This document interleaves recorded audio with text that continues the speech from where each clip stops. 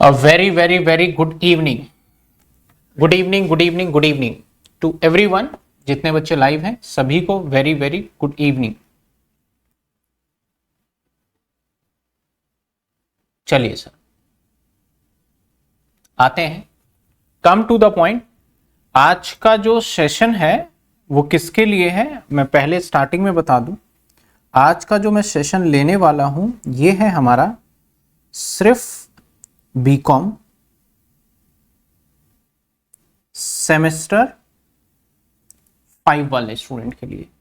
अब इस सेमेस्टर 5 में आप चाहे प्रोग्राम के स्टूडेंट हो, चाहे आप ऑनर्स के स्टूडेंट हो, चाहे आप रेगुलर कॉलेज के हो, चाहे आप एसओएल के हो, चाहे आप एनसी वेब के हो, आपका कैटेगरी क्या है मैटर नहीं करता, आप सभी के लिए ये रहने वाला है। आप सभी के लिए एक सेकंड,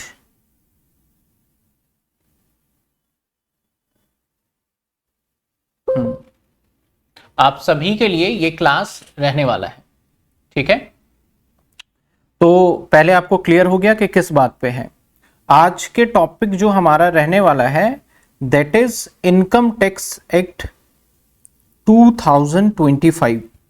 तो रिसेंटली हालांकि डीयू के अंदर चल रहा था, कुछ प्रोफेसर कह रहे थे कि न्यू इनकम टैक्स कराएंगे, कुछ प्रोफेसर कह रहे थे, मतलब चल रहा था वो।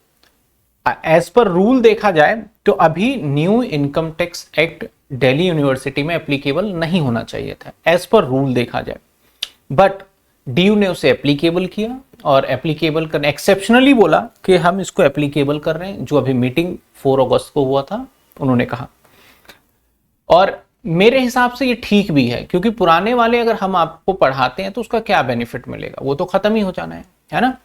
तो नए वाला एक्ट है। अब बच्चों के सामने सबसे बड़ा चैलेंज क्या आ रहा है, सर नया एक्ट है, हम कैसे करेंगे, हम कैसे मैनेज करेंगे, हमारे इंटरनल्स भी आएंगे, रेगुलर, सभी बातों का जवाब आज मैं देने वाला हूं। तो बिल्कुल हाँ, आप सही सुन रहे हो, मैं आपको पूरा इनकम टैक्स न्यू एक्ट जो है वो कराने वाला हूं बिल्कुल जीरो से, क्योंकि हमने 2-2.5 महीने क्लासेस ले लिए थे पुराने वाले के अकॉर्डिंग, बट बीच में अब चेंज हो गया, कोई दिक्कत नहीं। अब नए वाला है तो नए वाला कर लेंगे, इसमें कोई दिक्कत वाली बात है नहीं। तो आज का सेशन हमारा इसी के ऊपर था कि इनकम टैक्स के ऊपर कैसे रहेगा नहीं रहेगा एंड ऑल सारी चीजों को हमने इसके अंदर देख लिया था। चलिए सर, एनीवेज इसके अंदर आगे हम बढ़ जाएं, मैं एक बार छोटी छोटी बातों को आपको समझाता जाऊं और जिससे आपको क्लियरिटी मिल जाए। आज का सेशन जो हमने रखा वो ये बताने के लिए रखा कि जो आपका इनकम टैक्स है, जो आपका इनकम टैक्स है और एक्ट 2025, अगर हम इससे बिफोर की बात करें, अगर इससे बिफोर की बात करें तो हमारा चलता था इनकम टैक्स एक्ट 1961। तो अब आपको 1961 में क्या था, वहां पे क्या चल रहा था, वहां पे कैसे कर रहे थे, तो कंप्लीटली आपको इसके बारे में सोचना ही नहीं है, कंप्लीटली सोचना ही नहीं है। ना ही मैं इसका बहुत कुछ आपको बताऊंगा, क्योंकि बता के क्या फायदा, आपको तो न्यू है। तो ये आपके लिए, अगर आपको ये वाला पढ़ाता मान लो 1961, तो ये भी आपके लिए नया ही रहता ना, पहली बार पढ़ रहे थे लाइफ में। तो सेम ऐसे आपको कोई फर्क नहीं पड़ा, बस जो पढ़ाने वाले हैं उनके ऊपर सारा का सारा फर्क आ गया है, जो हमारा न्यू एक्ट है इनकम टैक्स एक्ट, ठीक है। तो अब इसके अंदर बहुत सारे यूनिवर्सिटी अभी डीयू के ऊपर एप्लीकेबल किया है। अदर यूनिवर्सिटी जो है, जैसे कि हम डीयू को छोड़ के बात करें तो वहां भी अभी इस साल के लिए 1961 रहेगा, और फिर इन फ्यूचर में आगे वो हमारा इनकम टैक्स एक्ट 2025 ही रहने वाला है।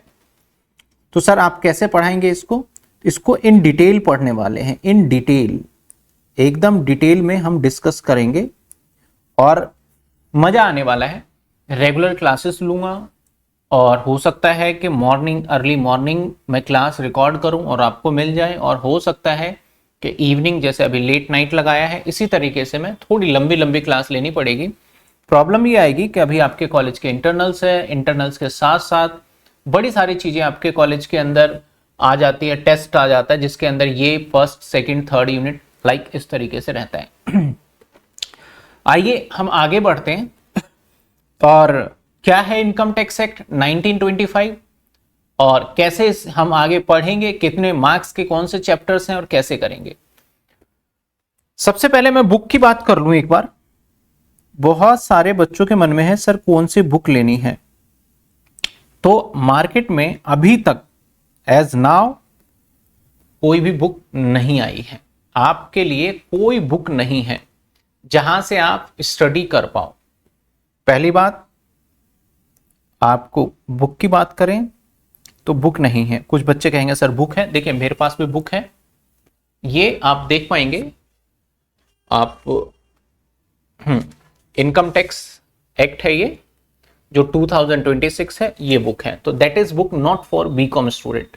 ये बुक रूल्स है क्या ये? हाँ ये रूल्स है। दूसरी बुक भी दिखाता हूं, एक दूसरी बुक है सेम, ये एक्ट है। तो सर मेरे पास दो बुक हैं जो अभी रिसेंटली, क्योंकि आपका सिलेबस चेंज हुआ तो मैंने इसमें से क्या क्या प्रोविजंस है उसके लिए आप देख सकते हैं दोनों बुक। तो क्या सर ये बुक हम ले लें? तो मैं कहूंगा कोई बेनिफिट नहीं मिलेगा, कोई बेनिफिट नहीं मिलेगा। तो बुक्स मार्केट में आई नहीं है और आपको इस चक्कर में नहीं पढ़ना है। नंबर 2, सर क्या 10 ईयर आ गया मार्केट में? सर अभी 10 ईयर नहीं आया क्योंकि अभी रिवाइज करना है। मैंने पुराने के हिसाब से रिवाइज कर दिया था सारा, अब मुझे नए के हिसाब से सारा करना पड़ेगा। नंबर 3, क्या सर हमें आज जब हम इनकम टैक्स पढ़ेंगे तो क्या हमें इंटरनेट की मदद लेनी है? जैसे आप चैट जीपीटी, जैसे आप जेमिनी बोल सकते हो। तो मैं सिंपल सा वर्ड बोलूंगा, आपको इनकी मदद नहीं लेनी है। मैं इनकी हेल्प लूंगा तो मैं समझ सकता हूं कि यार ये गलत बोल रहा है सही बोल रहा है, क्या रेफरेंसेस होगा। तो कंप्लीटली आपको ना टोटल डिपेंड होना पड़ेगा क्लासेस के ऊपर कि किस तरीके से क्लास, टोटल क्लास के ऊपर आपको डिपेंडेंट रहना पड़ेगा। एक चीज ध्यान रखिएगा, सर इन फ्यूचर बुक आएंगी, कोई गारंटी नहीं है। 90% चांस है कि नहीं आएगी बुक। रीजन न्यू एक्ट है और हो सकता है कि बहुत जल्दी अमेंडेड करके, क्योंकि आप देखेंगे तो जो आपके दो बुक थे, ग्रीस आहूजा, वीके सिंघानिया। ग्रीस आहूजा सर ने तो नहीं निकाला, वीके सिंघानिया सर ने पहले निकाल दिया था और वो भी पता है कौन से निकाला था, 26-27 से ही बीकॉम का निकाल रखा है। अब देखेंगे इनको कैसे रिप्लेस करें नहीं करें, वो चैलेंज है। तो आपका जो डिपेंडेंसी रहेगा सेमेस्टर 5 के अंदर, आपका मोस्ट इंपॉर्टेंट सब्जेक्ट्स तो है ही है, हालांकि सभी इंपॉर्टेंट है, सभी इंपॉर्टेंट है, मोस्ट इंपॉर्टेंट सब्जेक्ट्स तो है ही है ये। और साथ के साथ ये आपके लिए थोड़ा डिफिकल्ट होने वाला है। रीजन क्यों डिफिकल्ट होगा? सर डिफिकल्ट इसलिए होगा क्योंकि पूरा का पूरा इसके लिए आपको स्टडी मटेरियल नहीं मिलेगा, डिपेंडेंट रहना पड़ेगा थोड़ा सा। पहले कुछ बच्चे सेल्फ भी कर लेते थे, वो नहीं। हाँ, इसके लिए जो बच्चे सीए इंटर के अंदर कुछ मॉड्यूल्स वो प्रोवाइड करते हैं, उसका रेफरेंसेस लेके आप कर सकते हैं। तो ये ओवरऑल चीजें मैंने क्लियर कर दिया कि कैसे पढ़ना है नहीं पढ़ना। अगर कोई बुक आया डेफिनेटली मैं बताऊंगा, सारी चीजें मैं बताऊंगा। आज सर क्या बताओगे? आज मैं पूरा सिलेबस और एक चैप्टर भी खत्म करेंगे। तो आज इनकम टैक्स में पूरा सिलेबस और एक चैप्टर भी हम कंप्लीट करने वाले हैं, ठीक है ना, एक चैप्टर भी कंप्लीट करने वाले हैं। चलिए सर आइए आगे बढ़ते हैं। चलिए सर, सबसे पहले हमें समझना होगा कि इनकम टैक्स क्या है एंड बिल्कुल जीरो से। अगर पहले आपने मेरे चैनल पे या क्लासेस में देख रखा है, सबको एकदम जीरो कर दो और अब स्टार्ट करते हैं हम। तो सबसे पहले हमें समझना होगा हमारा एकदम न्यू सब्जेक्ट, और न्यू सब्जेक्ट्स का नाम इनकम टैक्स। और इनकम टैक्स के अंदर अगर मैं आपके सिलेबस को पहले डिस्कस कर लूँ, एक बार छोटा सा सिलेबस डिस्कस कर लेता हूं तो आपको क्लियरिटी मिल जाएगा। अब सिलेबस के अंदर आपका फर्स्ट ऑफ ऑल यूनिट 1, अगर मैं यूनिट 1 की बात करूं तो इंट्रोडक्शन यूनिट 1 आपका 20 मार्क्स का है, 20 नंबर का आएगा। और एग्जाम की बात करें तो ये आप ना 10% रिड्यूस कर देना, जो मैं यहां मार्क्स लिख रहा हूं वो 100 के हिसाब से लिख रहा हूं, और आपका एग्जाम 90 का आएगा। तो जितने भी आपके एग्जाम आएंगे उसको उस परसेंटेज को डिवाइड कर लेना। अगर 90% का देखें तो ये 18 मार्क्स का हो गया है ना, जिसका 75 मार्क्स होगा उसको 75% कर देना, तो उतने मार्क्स का ही आपका यूनिट 1 रहने वाला है। यूनिट नंबर 1 में इंट्रोडक्शन, जो कि today we will be finished, हम इसको फिनिश करेंगे। इसके साथ मेरे भाई आपका total income, residential status next class इसके लगाने वाले हैं, और थर्ड है income do not part of. तो ये 3 चैप्टर आपको यूनिट 1 में पढ़ते हो तो आपको अच्छा खासा चीजें रहता है। सबसे बड़ा वेटेज रहने वाला है यूनिट नंबर 2 का। यूनिट नंबर 2 की हम बात करें तो यहाँ पे आपको सैलरी और हाउस प्रॉपर्टी मेनली 2 चैप्टर है। एक सैलरी चैप्टर है जो अपने आप में बहुत बड़ा है, और इनकम फ्रॉम हाउस प्रॉपर्टी एक चैप्टर है जो रिसेंटली अब दोबारा कराना पड़ेगा, कुछ बच्चों को करा दिया था मैंने पूरा का पूरा, ठीक है ना। नाउ एक हमारा है business income and capital gain, तो ये भी 25 मार्क्स का है, बड़ा है आपका यूनिट। तो एक आपका है income under the head PGBP. अच्छा, इसमें ना बहुत सारे टॉपिक्स डीयू के अंदर मिस किए हैं, इसको एक्सक्लूड किया हुआ है, तो मैं आपको बिल्कुल डिटेल पढ़ाने वाला हूं। अगर कोई बच्चा सीए इंटर के भी जनवरी या मई में से एप्लीकेबल होगा, अगर कोई तैयारी कर रहा है 27 से, तो उनके लिए भी बेनिफिट रहेगा, हेल्प जरूर मिलेगी आपको। हाँ, मैं उनके एमसीक्यू क्वेश्चन तो नहीं सॉल्व करा रहा, लेकिन हाँ हेल्प मिलेगा आपको, या कोई भी किसी गवर्नमेंट जॉब की तैयारी कर रहा हो किसी के भी, तो हेल्प मिलेगा डेफिनेटली। ये आपका कैपिटल गेन है। तो सर मैं अगर 10 टाइम की बात करूं ना, तो ये जो 3 चैप्टर आपके हैं इसको तो मैं 5 क्लास में खत्म कर सकता हूं इजीली, थोड़ा ज्यादा भी लग सकता है 5। जो ये वाला है ना यूनिट, ये बहुत लंबा यूनिट है, ये बहुत लंबा यूनिट, तो इसके लिए मुझे कम से कम मिनिमम से मिनिमम 25 क्लास लेना पड़ेगा। मिनिमम कह रहा हूं मैं, ये मिनिमम 25, 35 भी हो सकता है। इसके बाद जो आपका एक सिलेबस है that is income under the head of profit and gain, और एक है कैपिटल गेन, और ये दोनों जो चैप्टर है इसके अंदर भी सेम सिनेरियो है sir, 25 class. Sir unit number जो हमारा ये छोटा यूनिट है that is other source clubbing of income, इसकी बात करें तो जो छोटे यूनिट्स है मैं छोटे टाइम लूंगा उसके लिए, इसको 4 डे में खत्म कर सकते हैं, यानी 4 क्लासेस में खत्म हो जाएगा। डेज का मतलब 4 क्लासेस में खत्म कर लेंगे। अगला यूनिट नंबर 5 है that is a deduction, agriculture income, tax and assessment individual, और आपका असेसमेंट ऑफ फर्म। इसके अंदर आप 10 क्लासेस मान लीजिए। अब बात करते हैं सर नंबर ऑफ क्लासेस, देखा जाए तो 50 दिन, 60 दिन और 65 और 4 मतलब 70, ओवरऑल आपके 70 डेज बन रहे हैं, है ना। अब सर हमारे पास टाइम क्या है, अगस्त में 15 डेज है, 15 दिन है, सितंबर में 30, एंड अक्टूबर में आपके पास 31, एंड नवंबर में आप मत मानिए क्योंकि नवंबर मिड में स्टार्ट हो एंड में हो, तो 15 दिन में मान लेता हूं। हमारे पास जो टाइमिंग है दैट इज 30, 30, 60, 75 और 90 डेज के आसपास है, मान लेते हैं 90 यानी 3 महीने। और क्लासेस में 70 डेज, और 70 डेज का मतलब है मल्टीप्लाई बाय आप 2 आवर्स कर लो, अगर 2 आवर्स, तो ये लगभग आपकी क्लासेस जो जाएंगी वो लगभग आप मान के चलिए 80 आवर तो प्लस ही जाने वाला है। कोई बच्चा इसके अंदर ये ना कहे सर शॉर्टकट बता दो, सर थोड़े कम टाइम में बता दो, सर स्टार वीडियो मार्क लगा दो, तो ये सब इस बार नहीं लग पाएगा क्योंकि एकदम न्यू है। जो पहले से जर्नी चला आता था तो उस पर बता देते थे ये इंपॉर्टेंट है, तो इस बार हम कुछ भी चीजें नहीं छोड़ सकते, और एग्जामिनर का हर एक पॉइंट के ऊपर फोकस रह सकता है। तो ना तो स्टार वीडियो यानी इन डिटेल आपको यहाँ पे स्टडी करना पड़ेगा, इसके लिए कोई शॉर्टकट आपके पास अवेलेबल नहीं है। इनफैक्ट अब देखो, आज जो मुझे क्लास लेना था मैं सुबह 11 बजे से मेहनत कर रहा हूँ, और अब जाके मैंने कुछ नोट्स वगैरह प्रिपेयर किया कैसे पढ़ाना है नहीं पढ़ाना, तो आपसे ज्यादा मुझे मेहनत करनी पड़ेगी। आपको 2 घंटे का अगर मैं कंटेंट डिलीवर कर रहा हूँ तो यकीन मानिएगा मुझे 4 घंटे उस पर 5 घंटे मेहनत करनी पड़ेगी। क्यों मेहनत करना पड़ेगा? क्योंकि उसके हिसाब से, क्योंकि मैंने सारे नोट्स पुराने एक्ट के हिसाब से बनाए थे, अब सारे नए एक्ट के हिसाब से। चलो पहले तो बुक भी आता था, Girish Ahuja and all study material available था मार्केट में, तो मैं क्या करता था कि उस स्टडी मटेरियल को जो भी अवेलेबल था मार्केट में उससे थोड़ा बहुत क्वेश्चंस वगैरह लेके करवा देता था। अब तो क्वेश्चन भी चेंज हो जाएंगे, तो न्यूमेरिकल क्वेश्चंस भी सारे बनाने पड़ेंगे। तो बहुत सारी चीजें हैं जो कि मैं आपको क्लियर कर दूं कि रहने वाला है। और इसमें भी ट्विस्ट है कि इनकम टैक्स एक्ट 2025 के अंदर भी अमेंडमेंट आए हुए हैं, तो वो अमेंडमेंट आपके आएंगे या नहीं आएंगे, वो चीज भी आपको सारी चीजें सोच समझ के करना होगा। सर यहां पे प्रॉब्लम पता है किन बच्चों को आएगा, जिन कॉलेज का इंटरनल्स में कोई भी चैप्टर आ सकता है। तो मैं सिलेबस अपना जो है कुछ चैप्टर्स में रिकॉर्ड करूंगा, कुछ चैप्टर्स आपको दूंगा। तो मैं फास्ट सिलेबस आपका सितंबर तो नहीं कहूंगा, क्योंकि एक मैंने अक्टूबर के महीने में 15 तारीख तक मैं फिनिश कर दूंगा।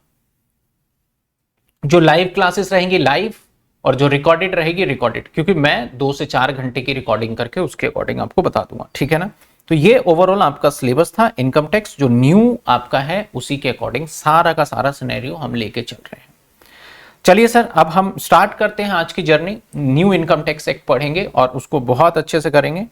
तो आज हम स्टार्ट करने जा रहे हैं सर हमारा सबसे फेवरेट चैप्टर, और दैट इज इनकम टैक्स, और एकदम न्यू इनकम टैक्स, जो कि हमारा ये इनकम टैक्स एक्ट जो आप सुन भी रहे होंगे, दैट इज 2000, अभी तो चलिए बाद में 2025 स्टार्ट करेंगे, ठीक है ना। सबसे पहले हमें समझना होगा टाइप ऑफ टैक्स क्या होता है। टैक्स कितने टाइप के होते हैं सर? तो टैक्स 2 टाइप के होते हैं, that is one is direct tax, another is indirect tax. पहले इन दोनों वर्ड को समझते हैं कि sir what is the direct tax और इनडायरेक्ट टैक्स। आइए सपोज करिए एक पर्सन है मिस्टर एक्स, और यहां पे गवर्नमेंट है।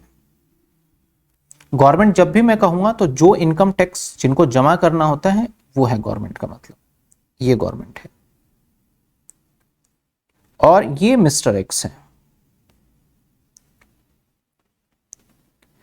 अब मिस्टर एक्स ने क्या करा, अर्न किया। अर्न कहां से किया? काफी जगह से कर सकता है। मान लेते हैं ये जॉब करते हैं, तो वहां से इनको सैलरी मिला।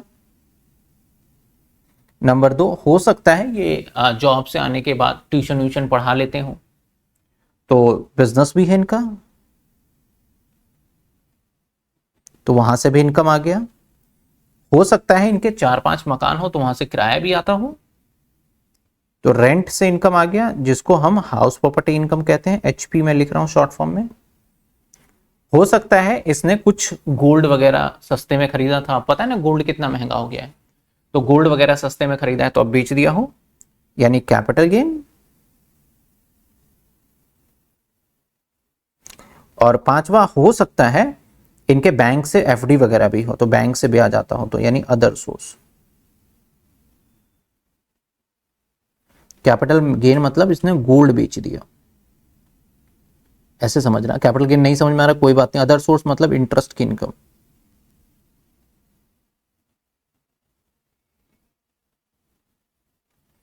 रेंट हो गया, बिजनेस हो गया, इन सभी से इन्होंने इनकम कमाया। और इनकम दैट इज कितने कमा लिए, मान लेते हैं इन सभी से जो इनकम अर्निंग किया इन्होंने, वो लगभग सपोज करो कि 20 लाख रुपए इनकम कमा लिए।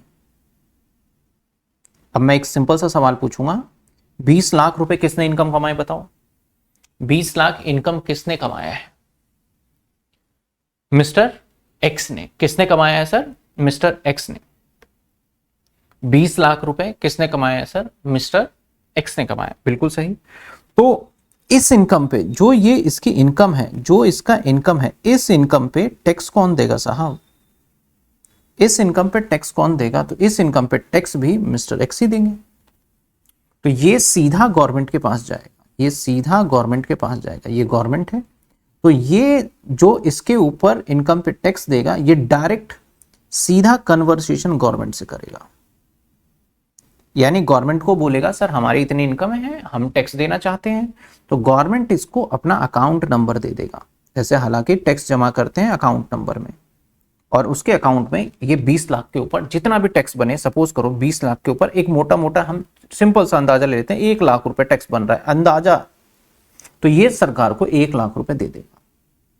यानी जब जब मिस्टर एक्स अपनी इनकम अर्न करेगा तो सीधा जाके गवर्नमेंट को दे देगा। यानी यहां पे आप देखोगे तो डायरेक्ट ये जा रहा है, गवर्नमेंट को दे रहा है। एक दूसरा सिनेरियो क्या हो सकता है सर, आइए देखते हैं, दूसरा सिनेरियो भी देख लेते हैं। मान लेते हैं मिस्टर एक्स है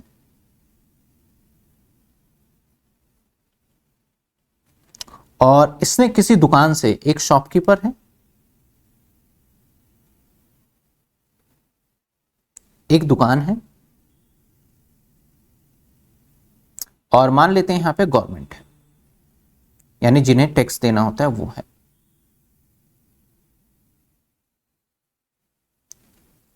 अब मिस्टर एक्स ने कुछ सामान खरीदा, गुड्स खरीदा। सपोज करो मिस्टर एक्स ने क्या करा, मेरे पास अभी एक बिस्किट का पैकेट है, तो ये बिस्किट का पैकेट मेरे पास है और एक बिस्किट का पैकेट लिया और इसके ऊपर ना लिखा हुआ है इंक्लूसिव टैक्स, इंक्लूडिंग टैक्स। तो काफी सारी चीजें आपने देखी होगी इंक्लूडिंग टैक्स। या मान लेते हैं कि इस दुकान से इसने क्लॉथ खरीदा, कपड़ा ले लेते हैं, क्लॉथ 1000 रुपए का क्लॉथ था, उसके ऊपर टैक्स लगा। आप बोलते हो नहीं वो लगा के ही रखते हैं, मान लेते हैं 120 रुपए का टैक्स लग गया या 180 रुपए का टैक्स लगा, तो टोटल 1180 हो गए। दुकानदार को आपने कहा कि सर मैं 180 रुपए का टैक्स है, ये मैं आपको कितना पेमेंट करना। दुकानदार ने कहा 1000 रुपए का क्लॉथ है आपका, जो आपने कपड़ा लिया है शर्ट वगैरह, और 180 रुपए आपके टैक्स जीएसटी बनता है, दे दीजिए। मिस्टर एक्स ने इस दुकानदार को 1180 रुपए दे दिए। अब ये दुकानदार क्या करेगा, 1000 रुपए तो अपने पास रख लेगा और 180 रुपए सीधा सीधा 180 रुपए क्या करेगा, ये जो 180 है ये सीधा सीधा जाके सीधा एकदम ये जाके गवर्नमेंट को देके आ जाएगा। साहब 180 रुपए, क्या मुझे एक जवाब देना, कमेंट में बताना, जो 180 रुपए है ये पेमेंट किसने किया है। 180 सरकार के पास गया, लेकिन इसको फाइनली दिया किसने था, इसने दिया है सरकार को। लेकिन क्या इसने अपने पॉकेट से दिया था, नहीं, अल्टीमेटली देखोगे तो इस पॉकेट से निकला था। तो यहां पे मिस्टर एक्स फिर से गवर्नमेंट को टैक्स दे रहा है और यहां पे भी मिस्टर एक्स गवर्नमेंट को टैक्स दे रहा है, लेकिन यहां पे कोई मीडिएटर नहीं है, डायरेक्ट एक्स गवर्नमेंट को जाके दे रहा है। यहां पे एक मीडिएटर हो गया, जहां पे वो टैक्स सीधा गवर्नमेंट को नहीं दे रहा है, पहले किसको दे रहा है, हमारे दुकानदार को दे रहा है और फिर जाके गवर्नमेंट को दे रहा है। तो इस प्रोसेस में एक्स जो टैक्स दे रहा है वो डायरेक्ट नहीं दे रहा है, इसको बोलेंगे इनडायरेक्टली दे रहा है, इसको बोलेंगे इनडायरेक्ट दे रहा है। और इस वाले प्रोसेस में जो गवर्नमेंट को टैक्स दे रहा है वो मैं कहूंगा ये डायरेक्ट दे रहा है। तो अब टैक्स देने के भी, गवर्नमेंट को जमा करने के भी दो प्रकार हो गए। तो वही हमारे इस डेफिनेशन में है कि टैक्स कितने टाइप के होते हैं, 2 टाइप के। एक होता है हमारा डायरेक्ट टैक्स और एक होता है हमारा इनडायरेक्ट टैक्स। होपफुली आपको क्लियर हुआ होगा डायरेक्ट और इनडायरेक्ट, है ना। अब इसके अंदर हम बात करते हैं कि डायरेक्ट टैक्स के अंदर जो हमारा आता है ना, दैट इज इनकम टैक्स आ जाता है। डायरेक्ट टैक्स की अगर बात करें तो इसके अंदर क्या आ जाता है, हमारा इनकम टैक्स आ जाता है। डायरेक्ट टैक्स में इनकम टैक्स, जो कि अब हम पढ़ने वाले हैं इनकम टैक्स एक्ट 2025। हालांकि इनकम टैक्स एक्ट 2025 नहीं है, इसके साथ और भी चीजें हैं, ये है। इनडायरेक्ट टैक्स में क्या आ जाता है, that is goods and service tax, जिसको शॉर्ट फॉर्म में हम कहते हैं जीएसटी और कस्टम ड्यूटी। तो मैं जो आपको अभी फिलहाल पढ़ाने वाला हूं और अभी जो जर्नी हमारी चलेगी, इस जर्नी में मैं इनडायरेक्ट टैक्स के बारे में आपको कुछ भी नहीं पढ़ाऊंगा। मैं सिर्फ और सिर्फ आपको पढ़ाने वाला हूं आपके सिलेबस के हिसाब से, दैट इज आपका इनकम टैक्स। समझ में आ गया। तो हमारे टैक्सेस कितने टाइप के हो गए, 2 टाइप के होते हैं, एक होता है डायरेक्ट, एक होता है इनडायरेक्ट। और जो डायरेक्ट टैक्स है उसको इनकम टैक्स कहते हैं, और इनडायरेक्ट टैक्स को में 2 चीज आते हैं, जीएसटी और आपके एक और पॉइंट आ जाता है कस्टम ड्यूटी। हाँ, डायरेक्ट टैक्स में भी एक हमारा अनडिस्क्लोज इनकम भी आता है, लेकिन हम उस पर अभी नहीं जाएंगे, ठीक है ना। अब सर ये टैक्स गवर्नमेंट लेती क्यों है, सिंपल सी बात है। आपने इस वाले एग्जाम्पल में भी देखा कि गवर्नमेंट को टैक्स दिया, इस वाले भी एग्जाम्पल में गवर्नमेंट को। आपको जो बेनिफिट, जब आप इंडिया में रह रहे हो तो आपको बेनिफिट दिया जाता है। इंडिया के अंदर जब आप रहते हो तो आपको कुछ बेनिफिट दिया जाता है, जैसे रोड, जहां आप चलते हो ये रोड, तो इस रोड को बनाने के लिए आप पैसे नहीं देते हो, इसके लिए गवर्नमेंट ही करता है। हाँ, आप भले ही इस पे चलते हो तो टोल टैक्स देते हो, लेकिन इतना ज्यादा पैसे नहीं दे रहे हो कि पूरी रोड बना दो, ठीक है। जैसे कि आपके आसपास पार्क, गार्डन, जैसे स्ट्रीट लाइट, तो जो जैसे कि सरकारी हॉस्पिटल, सरकारी इसलिए क्योंकि गवर्नमेंट बना रही है, तो गवर्नमेंट कभी भी ना अपने, उसके पास पैसे छापने की मशीन है, पैसे अपने हिसाब से छाप सकते हैं, लेकिन नहीं छापेगी। आपने सुना होगा कि बहुत सारे ऐसी कंट्री में उन्होंने ऐसे किया कि पैसे छापने की मशीन है, हम पैसे छापेंगे, वहां पे एक कप चाय लाखों रुपए में मिल रहा है। तो यहाँ पे कुछ रूल्स प्रोटोकॉल्स होते हैं उसके हिसाब से, तो गवर्नमेंट जो है अपने मन माने हिसाब से पैसे का इस्तेमाल जो है करेगी। तो वो हम क्या करते हैं, मैं मान लो गवर्नमेंट हूं, मैंने आपसे ही पैसे लिए, दो फॉर्म में पैसे लूंगा, या तो मैं डायरेक्ट टैक्स के फॉर्म में लूंगा या जीएसटी के फॉर्म में, और जो मेरे पास पैसा आता है आपकी भलाई के ऊपर खर्च कर दिया जाता है। ये जो आपके भलाई पे खर्च कर दिया जाता है, इसके अंदर कुछ करप्शन में भी चला जाता है, अपनी भलाई पे खर्च करते हैं ज्यादा है, और पब्लिक की भलाई पे थोड़ा सा कम खर्च किया जाता है, ये सच्चाई है, ठीक है ना। तो इसलिए इंडिया के अंदर हमारा टैक्स है, इससे पहले बहुत पुराना चला आ रहा है इनकम टैक्स, ऐसे अभी नहीं, 1900 हमारा 1961 था, 2025 इससे भी पहले हमारा चलता था, हमारा 1922 फिर इससे भी पहले चला करता था, तो बहुत पहले से अंग्रेजों के टाइम से चला आ रहा है ये टैक्स वगैरह का, ठीक है। तो क्या आपको, मुझे कमेंट में भी बताइएगा, जब तक नहीं बताएंगे तो क्लियर नहीं होगा मुझे भी, और मैं कंफ्यूजन में रहूंगा। क्या आपको ये पॉइंट समझ में आ गया कि हमारे पॉइंट टैक्सेस दो टाइप के हैं, डायरेक्ट और इनडायरेक्ट, क्यों डायरेक्ट बोला गया और क्यों इनडायरेक्ट बोला गया, क्या क्लियर है आपको? सर कैन वी कवर, मैं सारी चीजें कवर करूंगा, कुछ भी चीजें नहीं छोड़ने वाला हूं, होपफुली आपको क्लियर भी रहेगा, ठीक है ना। सचिन का कहना है यस क्लियर है, और जो बच्चे, क्योंकि मैं साइमल्टेनियसली मैंने यूट्यूब पे भी कर दिया कि कई बार एप्लीकेशन लैग हो जाता है, कुछ भी होता है, तो दोनों जगह पे मैंने कैसे न कैसे करके अरेंज करके करा, ठीक है। ऋषिता का भी कहना है, और भी पर्सन का जो भी देख रहे हैं क्लास को कहना है सर एकदम क्लियर है, ओके सर। आइए आगे बढ़ते हैं, बिल्कुल ध्यान से हम पढ़ते जाएंगे। सबसे पहले इनकम टैक्स एक्ट 2025 आया, तो इसके क्या पर्पस थे आने के, क्या मायने थे आने के, और इसके आने से क्या हुआ। तो सबसे पहले जब ये इनकम टैक्स एक्ट 2025 आया, तो आप ध्यान दीजिएगा क्या कहता है।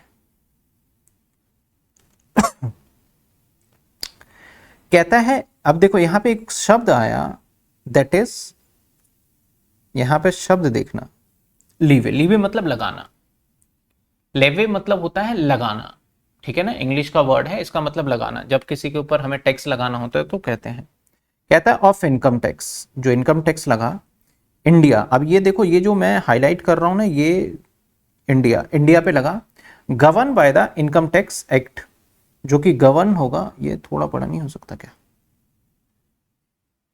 फुल साइज है, चलो एनीवेज, ये जो गवर्न होगा वो गवर्न होगा इनकम टैक्स एक्ट 2025, यानी आज के बाद हम जो पढ़ेंगे और इसको चलाएगा इनकम टैक्स 2025। आज से पहले ये चलता था 1961 के हिसाब से। दिस बुक, और जो ये एक्ट है, shall be briefly refer to this act, और इस एक्ट को बताएगा। दिस एक्ट का मतलब 2025। ये extend of whole of India, ये जो एक्ट है, ये जो कानून है पूरे भारत पे लगेगा, पूरे होल ऑफ इंडिया, मतलब जो इनकम टैक्स एक्ट है पूरे इंडिया पे लगेगा। ऐसा नहीं कहे कि यूपी वाले कहें हम नहीं लगने देंगे, और गुजरात वाले कहें हम नहीं लगने देंगे, पूरे भारत पे लगेगा, हर एक व्यक्ति पे। और ये आया कब, 1 अप्रैल 2026 से ही इन फोर्स में आ गया। अब यहाँ पे एक सवाल होता है कि सर इनकम टैक्स एक्ट 2025 है और आया 2026 में, ऐसा क्यों? समझते हैं इसको, देखिएगा ध्यान से, समझिए। आपके पास ये टाइम है,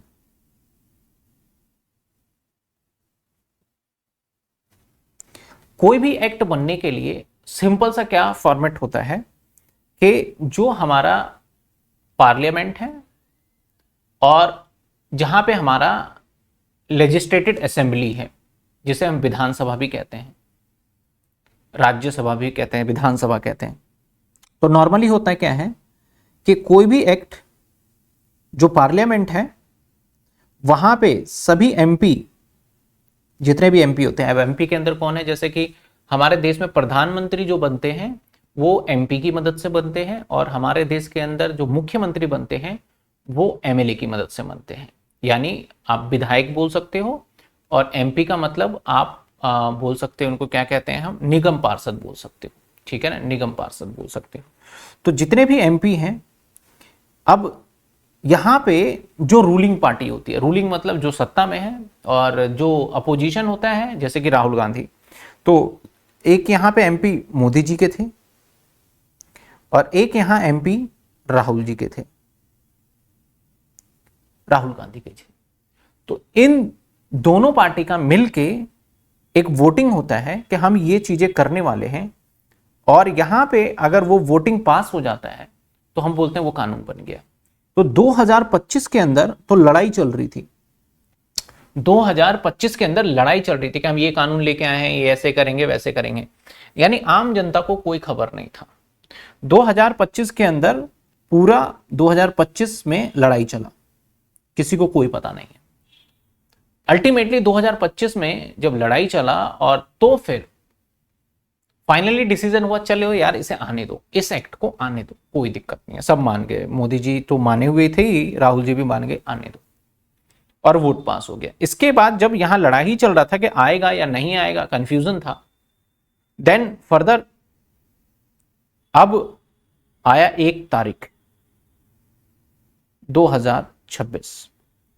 तो इन्होंने कहा कि यार बैकडेट से तो हम नहीं कर सकते, हम आगे से ही करेंगे। तो दैट्स वाई ये जो एनफोर्स का मतलब लोगों के किस इनकम पे लगेगा। तो लोगों ने अगर 2025 के अंदर इनकम कमाया होगा, जैसे कि अभी 1/4/2025 से लेके 31/3/2026 तक जो इनकम कमाया होगा, उसके ऊपर ओल्ड के हिसाब से टैक्स दिया होगा। ओल्ड कौन सा, 1961 के हिसाब से, उस टाइम तक तो बना ही नहीं था। अब जो पर्सन यानी 1/4/2026 से लेके 31/3/2027 तक जो इनकम अर्न करेंगे, जो पर्सन ये इनकम अर्न करेगा, उसके ऊपर जब टैक्स निकालेगा तो वो न्यू एक्ट के हिसाब से निकालेगा। तो समझे। तो ये होता क्या है, देखो एक्ट का नाम 2025 है, 2025 में जब भी कोई कानून बनता है तो उस साल एप्लीकेबल नहीं हो पाता है, खासकर इनकम टैक्स नेक्स्ट ईयर से एप्लीकेबल होता है। ऐसे ही 1961 था पुराने वाला, और एप्लीकेबल 1962 से हुआ था। तो ये बात आपको समझ में आया कि भाई सर ये 2026 से कौन से एप्लीकेबल होगा। इसमें 23 चैप्टर्स हैं। अब चैप्टर्स का मतलब बहुत सारे बच्चे ना गलत समझ लेते हैं, बुक का चैप्टर नहीं, ये चीजों को डिवाइड करते हैं। जैसे मॉड्यूल में कोई डिवाइड कर देता है, कुछ लोग इसको सेक्शन में डिवाइड कर देते हैं, कुछ लोग चैप्टर्स में डिवाइड कर देते हैं, तो कुछ लोग आपका टेबल्स में डिवाइड कर देते हैं। तो हर किसी का अपना अलग अलग कहना है। तो यहाँ पे 23 चैप्टर्स में डिवाइड किया गया है। ये चैप्टर्स आपके सिलेबस वाले चैप्टर से कोई लेना देना नहीं। इनकम टैक्स के भी अपने चैप्टर्स होते हैं, आपको मैं जूम तो नहीं कर सकता, बट हाँ इस पे देखेंगे जो इनकम टैक्स एक्ट है, अगर आपको दिख पाए, देखिए मैं थोड़ा जूम करता हूं, होपफुली दिख जाए।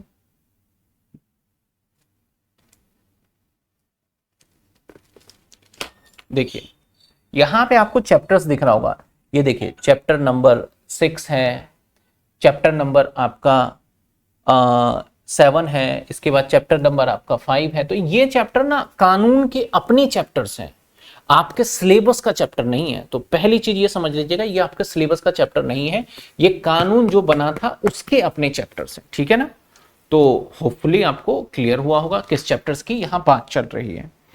कंपेयरिंग 536 सेक्शन, और इस चैप्टर्स को समझाने के लिए हमें 536 पॉइंट में समझाना पड़ा। ये चैप्टर सिर्फ 23 बातों को समझाने के लिए हमें 536 पॉइंट्स में समझाना पड़ा। इसको सेक्शन कह दिया इन्होंने, ठीक है ना। विद द 16 शेड्यूल, इसके साथ शेड्यूल भी है। शेड्यूल मतलब आप किसी काम को करने के लिए किस तरीके से जाएंगे, किस रास्ते से जाएंगे, वहां शेड्यूल है यहाँ पे कि किस तरीके से करेंगे, फॉर्म्स है गिवन, ठीक है ना। तो इस कंटेंट्स कहता ये है, प्रायर इनकम टैक्स एक्ट जो prior to 1925 coming force till 31/3/2026, मतलब ये 31/3/2026 तक पुराने वाला चलेगा। लिव इनकम टैक्स कौन सा लगने वाला है, 1961। तो होपफुली आपको ये एक्ट का थोड़ा सा आइडिया हुआ होगा। कि भाई इसके अंदर जो चैप्टर्स वगैरह के बीच में बात आई है, बहुत लोग बता रहे हैं, लेकिन मतलब कि सुन रहे होंगे, कॉलेजेस में भी बताया होगा, लेकिन कई बार चैप्टर्स हमारे दिमाग में रहता है ना। मैं तो बिल्कुल देखो जीरो से बताऊंगा। मैं जब पढ़ाता हूं तो मैं समझता हूं सबसे बड़ा बुद्धू मैं हूं, तो मैं बुद्धू हूं तो मैं कैसे समझ में आएगा तो वैसे मैं समझाऊंगा। बहुत बच्चों को हो सकता है ना क्लियर हो भाई चैप्टर, बहुत बच्चों को लगेगा कि यार ये चैप्टर सही करा बता दिया, ये तो इसके कानून के चैप्टर है, हमारे बुक वाले चैप्टर से अलग है ना। तो वो चीज है। आइए आगे बढ़ते हैं। क्या ये पॉइंट क्लियर हुआ? इनकम टैक्स एक्ट 2025 आया जो कि एप्लीकेबल है हमारा 1 अप्रैल 2026 से। इसके अंदर कितने चैप्टर्स हैं? 23 चैप्टर, जिसको आपको याद ही नहीं करना, समझना भी नहीं। हमारे चैप्टर्स अलग होंगे जो सिलेबस के अकॉर्डिंग चलाऊंगा मैं। और फिर 536 सेक्शन है, सारे सेक्शन नहीं कवर होंगे मेरे भाई आपके इसके अंदर, जो मेजर सेक्शन है वो कवर होंगे। 536 सेक्शन अगर आपने कर लिए तो आप तो जज से ऊपर चले जाओगे, अगर याद कर लिए सारे तो आप जज बन जाओगे एक तरीके से, समझ लीजिए आप इनकम टैक्स, क्योंकि हर किसी के जज अलग अलग होते हैं ना, तो वो है। ठीक है, आइए आप एक बार मुझे बता दीजिएगा ये पॉइंट सभी क्लियर है तो मैं आगे बढ़ूँ आपके हिसाब से। सर ये एसओएल के लिए भी एप्लीकेबल? हाँ मंजीत, आप थोड़ा सा लेट हो गए शायद, सभी के लिए एकदम एप्लीकेबल है ये, स्टार्टिंग से लेके एंड तक। ठीक है ना, अगर आपको कोई दिक्कत है तो बताइए, समझ में आ गया तो बताइए, हम आगे बढ़ेंगे। आपसे पूछ पूछ के आगे बढ़ना है, क्योंकि नई चीज है। मुझे तो पता है, लेकिन मुझे पता होने से क्या फर्क पड़ता है, करना तो आपको एग्जाम में है ना। थोड़ी लंबी क्लासेस हो जाएगी, बोरिंग हो जाएगी, कुछ लोगों को लगता है तो लगे। अनमोल तिवारी, यस अनमोल बताइए, कोई डाउट?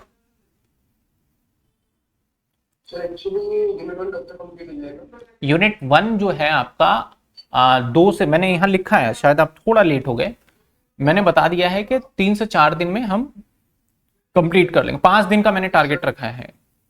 सर वेडनेसडे तक कंप्लीट हो सकता है? आज वेडनेसडे, आज today is may be Sunday है तो पॉसिबल नहीं है, लेकिन अगर कुछ पार्ट रहता भी है तो अगर आपका इंटरनल्स कुछ एग्जाम वगैरह अगर अर्ली आ रहा होगा, हाँ तो फिर मैं एक बार थोड़ा सा सजेस्ट कर पाऊंगा, लेकिन वेडनेसडे तक बहुत जल्दी कवर करना पॉसिबल नहीं है।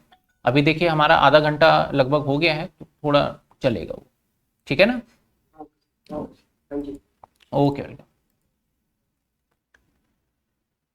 चलिए सर, इनकम टैक्स एक्ट, ये सिर्फ इनकम टैक्स एक्ट 2025 नहीं है, इसके अंदर व्हाट विल बी स्टडी, क्या क्या स्टडी करोगे। इसके अंदर हमारा income tax act 2025, finance act भी होता है, इसके बाद इनकम टैक्स रूल्स होते हैं, इसके बाद सर्कुलर्स होते हैं, इसके बाद लीगल डिसीजंस होते हैं। अब सभी को एक एक करके थोड़ा सा समझ लेते हैं, बेसिक सा पॉइंट, काफी बच्चों को डाउट रहता है। देखो इनकम टैक्स एक्ट होता है,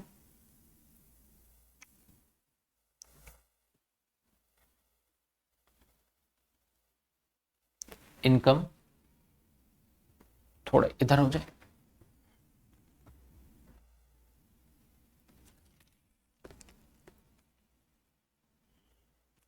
ठीक है।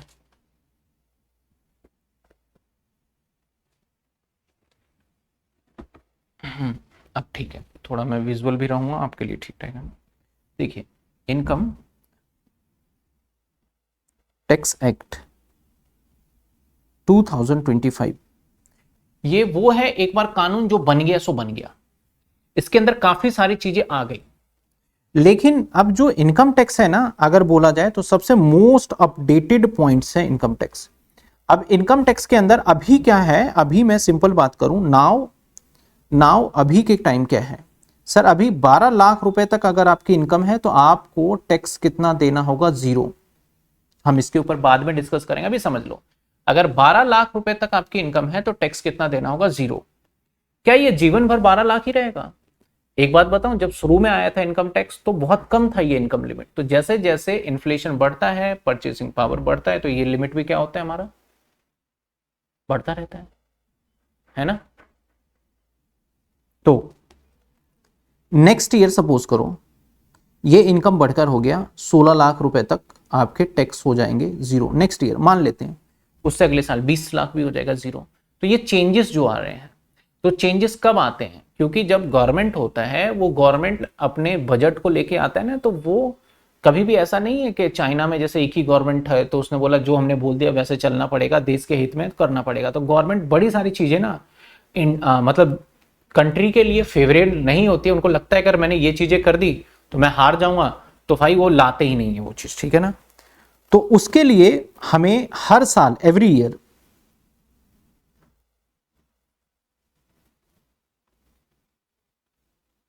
एक ना गवर्नमेंट है, जैसे कि हमारे अभी फाइनेंस मिनिस्टर कौन है, निर्मला सीतारमण, जो कि अच्छा काम नहीं किया है, सीतारमण। और जब भी जो भी फाइनेंस मिनिस्टर होते हैं वो फाइनेंस मिनिस्टर क्या करते हैं, चेंजेस लेके आते हैं।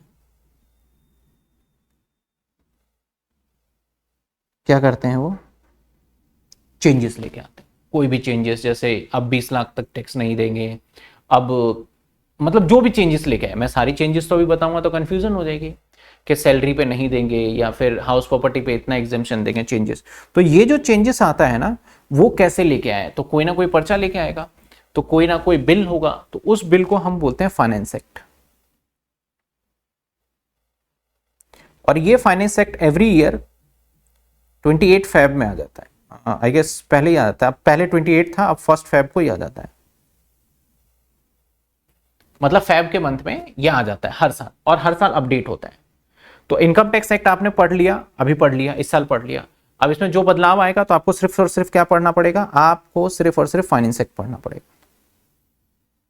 सारी चीजें नहीं बदलेंगी, थोड़ी थोड़ी चीजें बदलती जाएंगी, अपडेट होता जाएगा, है ना। जैसे मोबाइल फोन में एप्लीकेशन अपडेट होता है ना, एक बार मान लो पबजी गेम बन गया तो अब अपडेट होगा, उसके अंदर नए नए प्लेयर टीम जो भी खेलते हो तो बस अपडेट करते हो, ऐसा थोड़ी कि अब दोबारा स्क्रैच से बनेंगे। तो सेम कहानी है, अब जो भी अपडेट आएगा जिसको हम अमेंडमेंट बोलते हैं, उस अपडेट को हम फाइनेंस एक्ट के थ्रू लाएंगे। इसके बाद इस इनकम टैक्स के अंदर रास्ते की बात करूं कि कैसे डील करोगे, इनकम टैक्स को कैसे डील किया जाएगा। डील इन द सेंस के भाई किसी चीज का बात करने का, जैसे अगर आपने कोई आपको अगर पुलिस स्टेशन में जाते हो तो सबसे पहले एफआईआर प्रोसीजर होता है, तो फिर उसके अगला स्टेप होगा, तो किसी चीज का प्रोसीजर होता है। तो ऐसे ही इनकम टैक्स भरने के लिए पर्टिकुलर फॉर्म्स होते हैं, इस फॉर्म में ये वाला भरेंगे, बिजनेस वाला है, बिजनेस इनकम है तो उसके लिए अलग फॉर्म होगा। तो जितने भी फॉर्म्स हैं, शेड्यूल्स हैं, रूल्स हैं, क्लियरिटी है, वो रूल के अंदर होता है। ज्यादा से ज्यादा यहां फॉर्म्स अवेलेबल होते हैं रूल्स के अंदर। तो आपके सामने देखो क्या था, एक था इनकम टैक्स, एक था इनकम टैक्स, इसके बाद क्या था आपके सामने, इनकम टैक्स एक्ट और रूल था। देखो नीचे ये भी लिखा है, इसके अंदर ओवरव्यू ऑफ एक्ट होता है, इंपॉर्टेंट डेफिनेशंस होते हैं और की प्रोविजंस होते हैं कि किस काम को कैसे करना है, किस काम को कैसे करना है। लेकिन जो एनुअल फाइनेंस एक्ट है, इसके अंदर फाइनेंस एक्ट होता है रेलेवेंट ईयर, किस साल के लिए है, अमेंडमेंट होता है, हर साल होता है ये अमेंडमेंट इनकम पे, न्यू प्रोविजन इंट्रोड्यूस होता है, नए प्रोविजन इंट्रोड्यूस हो गए। नए प्रोविजन का मतलब नई बातें इसके अंदर जोड़ दिया गया, जो मैं बता रहा था। Overview of income tax rules, कैसे काम करेगा, इंपॉर्टेंट फॉर्म्स होंगे, कंप्लायंस रिक्वायरमेंट, किस तरीके से आप काम को करोगे, प्रोसीजर एंड डॉक्यूमेंटेशन का काम होता है रूल्स के अंदर। तो मेरे पास दोनों है, रूल्स भी मैंने दिखाया, रूल्स के अंदर फॉर्म वगैरह ज्यादा होते हैं। तो अगला सर्कुलर एंड नोटिफिकेशन। आपको एक बात बताऊं मैं, जब नोटबंदी हुई थी तो आप सबने सुना होगा नोटबंदी, ठीक है ना, डीमोनेटाइजेशन। तो जब नोटबंदी हुआ था ना, तो नोटबंदी के टाइम पे, जब नोटबंदी से पहले रूल ये था कि अगर ऐसा कोई ब्लैक मनी है, अगर आपके पास कोई ब्लैक मनी है तो आपको 40% टैक्स देना होगा।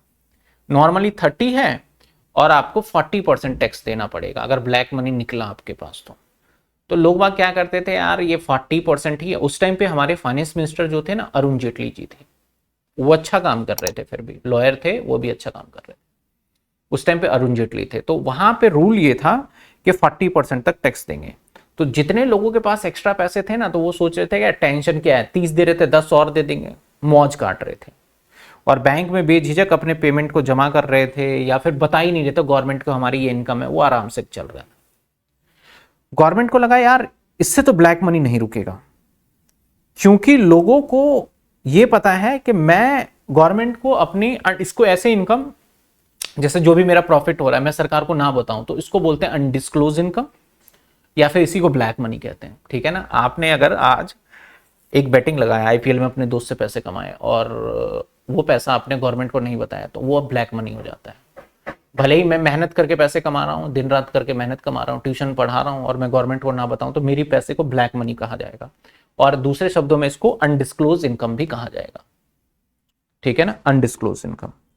तो नाउ अरुण जेटली जी जब थे उस टाइम पे फाइनेंस मिनिस्टर, अब तो नहीं रहे, तो उन्होंने उस टाइम पे एक नोटिफिकेशन डाला कि भाई अब ऐसा नहीं होगा, अब जिसके पास भी अनडिस्क्लोज इनकम और ब्लैक मनी मिलेगा उसको 110% टैक्स देना होगा। यानी जो तुम्हारे पास है वो तो हम छीन ही लेंगे, 10% तुम्हारे घर बेच के और ले लेंगे। तो सिनेरियो ये बना, कितने देने पड़ेंगे? 110%। तो वो बीच में, क्योंकि डिमोनेटाइजेशन आपके मार्च में थोड़ी नहीं हुआ था, वो सितंबर नवंबर के आसपास जो भी हुआ था, तो बीच में नोटिफिकेशन लेके आए कि अब ये काम ऐसे ही होगा। हमने पहले फेब में या पहले जो भी बता दिया, इसका मतलब हमने इसके अंदर तो चीजें बदलाव की, लेकिन लगता है तुरंत वाली चीजें चाहिए। ये इसके ऊपर जो भी बदलाव होगा ना वो नेक्स्ट ईयर से एप्लीकेबल होगा, नेक्स्ट ईयर से, क्योंकि अभी बता दे रहे हैं अगले साल से तैयारी कर लो, लेकिन जब एकदम बहुत जल्दी चाहिए तो यहां पे आता है। तो एक ऑफिशियल गैजेट में नोटिफिकेशन डाल देते हैं कि भैया ऐसे काम होगा, तो ये चीजें होंगी। इसके बाद अभी के लिए सर्कुलर नोटिफिकेशन कुछ होगा ही नहीं। पूछो क्यों? क्योंकि नया एक्ट बना है हमारा, तो अभी कुछ आएगा ही नहीं। मेनली लीगल, कई बार ऐसे केसेस होते हैं ना जिसके अंदर ना केस फंस जाता है। केस फंस जाता है मतलब आपसे इनकम टैक्स, जब आपसे कोई भी इनकम टैक्स गवर्नमेंट मांगती है, तो कई बार चीजें जायज भी हो सकती है, कई बार नाजायज भी। नाजायज मतलब कि वो चीजें ऐसा है ही नहीं कि आपको देना है, आपके घर पे आ जाए, आप स्कूल पढ़ रहे हो, मेट्रो में आ रहे हो, मेट्रो में रास्ते में आपके पास पता चला, मोबाइल पे मैसेज आ गया कि आपको 5 करोड़ रुपए टैक्स देना है। तो आप बोले पागल कैसे हो गए भाई, ऐसा थोड़ी होता है। आप कोर्ट में जाओगे, और कोर्ट में जाने के बाद फिर प्रूफ होता है। तो इनके कोर्ट अलग होते हैं, वो सुप्रीम कोर्ट वाला कोर्ट नहीं होता, इनका कोर्ट अलग होता है।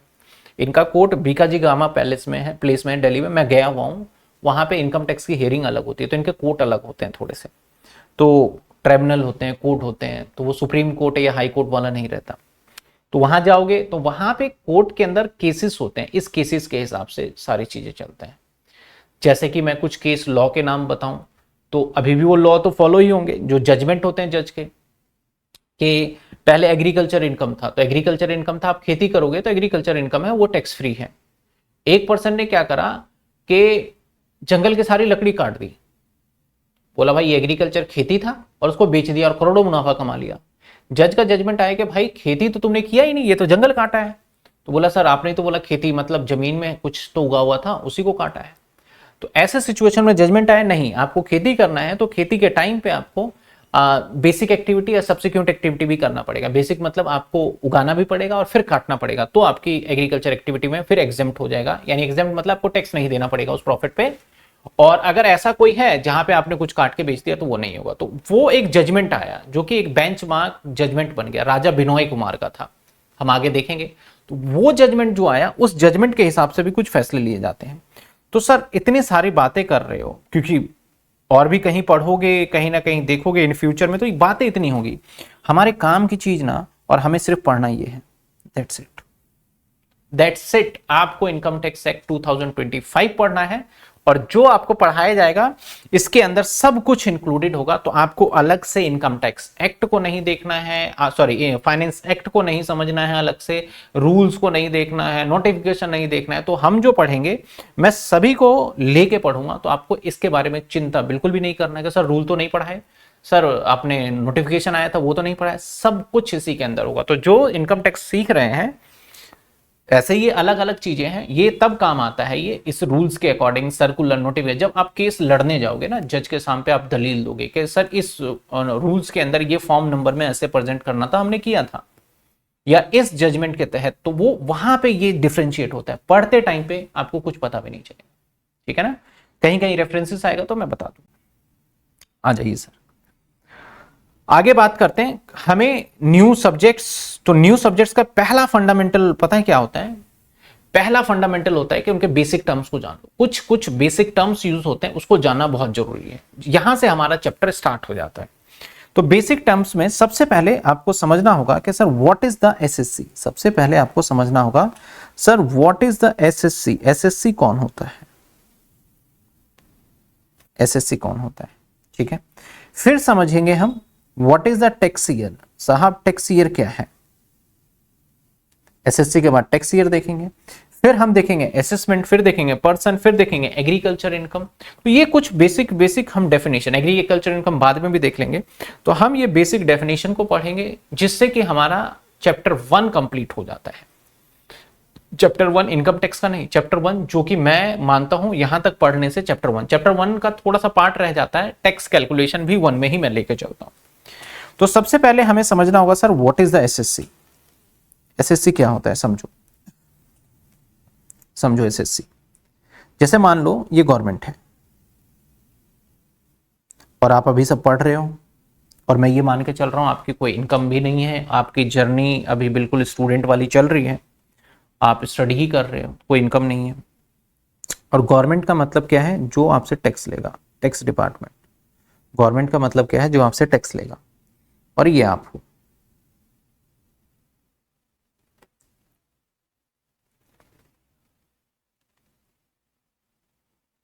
ये गवर्नमेंट और ये आप हो।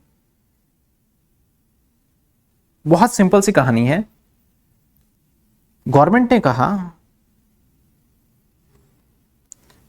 12 लाख रुपए तक अगर आप इनकम कमाते हो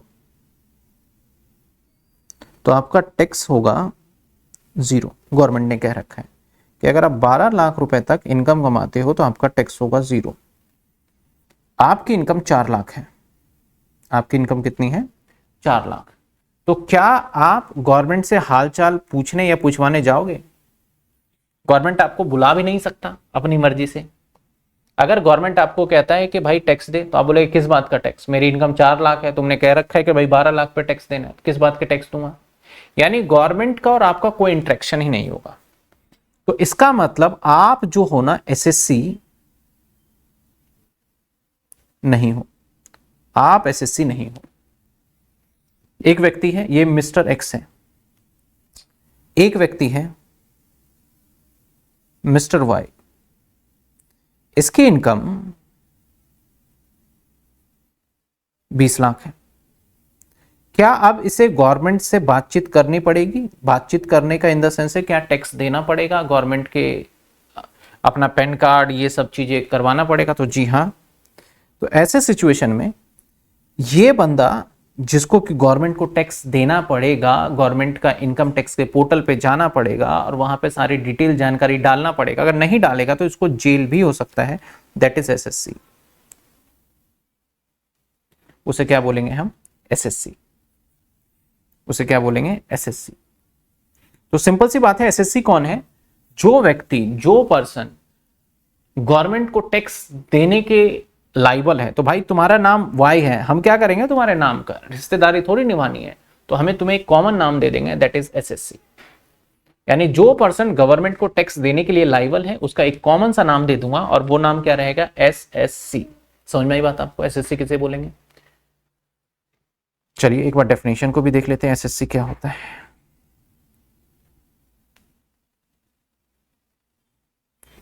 एसएससी का सेक्शन हमारा है 2 सबसेक्शन। अच्छा यहां पे अब सेक्शन आ गया, तो मैं एक बार आपको सेक्शन बता दूं क्या होता है, सेक्शन कैसे पढ़ते हैं, तब हम एसएससी के डेफिनेशन पे आ जाएंगे। सेक्शन पता है होता क्या है? जैसे मैंने आपको ये डेफिनेशन बताया, तो हम जब कोई चीज लिखते हैं ना तो उसको पॉइंट बनाते हैं। जैसे मैंने कहा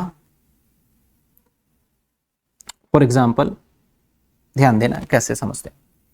मैं जो हूं आपको बड़ा सिंपल तरीके से बताता हूं, मैं अपना डेली रूटीन लिख रहा हूं, मैं अपना लिखूंगा और मैं अपने भाई का लिखूंगा। तो मेरा पॉइंट नंबर 1 पे है और मेरे भाई का पॉइंट नंबर 2 पे है रूटीन। मेरे पॉइंट नंबर 1 पे, पॉइंट नंबर 2 पे। मैं पॉइंट नंबर इसके अंदर अब लिखने वाला हूं, सपोज करो ऐसे लिखूंगा 1, मेरा डेली रूटीन है। पॉइंट नंबर 1 लिखूंगा अर्ली मॉर्निंग, वेकअप मान लेते हैं 6 o'clock, पहला पॉइंट। दूसरा पॉइंट मैंने लिखा ब्रेकफास्ट, मान लेते हैं 8 o'clock, ठीक है। अब मैं ये भी बताना चाहता हूँ ब्रेकफास्ट में मैं क्या करता हूँ, है ना। तो मैं इसके अंदर लिख दूंगा मैं ब्रेकफास्ट में लेता हूँ सिर्फ टी, वैसे मैं टी पीता ही नहीं, तो टी और ब्रेड। ऐसे फिर पॉइंट नंबर 3, फिर मेरा लंच, और मैं अपने भाई का बताता हूं अर्ली मॉर्निंग में 10 बजे 10 o'clock 10 बजे उठता है, मैं बता रहा हूं। उसके बाद ये पॉइंट नंबर 1 हुआ। इसके बाद पॉइंट नंबर 2 ब्रेकफास्ट 12 बजे 12 o'clock, ये लिखा, समझना चीजों को। अब ब्रेकफास्ट में क्या खाया था, ए और बी लिख दिया। तो हम जब लॉ बनाते हैं ना, तो पहला पॉइंट हमारा मेजर है, ये मेरा है डेली रूटीन, तो दैट इज कॉल्ड सेक्शन 1 हो गया। ये क्या हो गया हमारा, सेक्शन 1। अब इसके अंदर पॉइंट बनाया, तो सेक्शन 1 का पॉइंट नंबर 1, तो हम इसको ऐसे लिखेंगे सेक्शन 1 सबसेक्शन 1, बोलेंगे सेक्शन 1 सबसेक्शन 1। इसके बाद फिर से अगला पॉइंट के लिए क्या लिखेंगे, सेक्शन 1 सबसेक्शन 2, सेक्शन 1 सबसेक्शन 2, ठीक है ना। अगले पॉइंट के लिए लिखेंगे सेक्शन 1 सबसेक्शन 2। फिर तीसरा पॉइंट आ जाएगा। अब चौथा पॉइंट क्या लिखा मैंने, ये लिखा सेक्शन 1, इसके ब्रैकेट में सबसेक्शन हमारा क्या था, ये टी वगैरह था ना 2, और इसके बाद भी एक पॉइंट आया, ये बंद होगा, और इसके बाद हमारा चाय वगैरह था, ए पार्ट आ गया। इसको क्लॉज बोल देते हैं, इसको क्या बोल देते हैं, क्लॉज। तो अगर कहीं पे ऐसी बातें लिखी है सेक्शन 1 सबसेक्शन 2 क्लॉज, तो इसका मतलब बहुत सिंपल सा होता है कि भाई पहला पॉइंट था, उसके अंदर एक पॉइंट आया, और उसके अंदर भी एक पॉइंट आया। इस तरीके से एक्सप्लेनेशन गिवन है, ये आ जाता है इसका मतलब। टाइटल ऑफ द अबव, मैं भी बता रहा हूं, पहले ये समझो।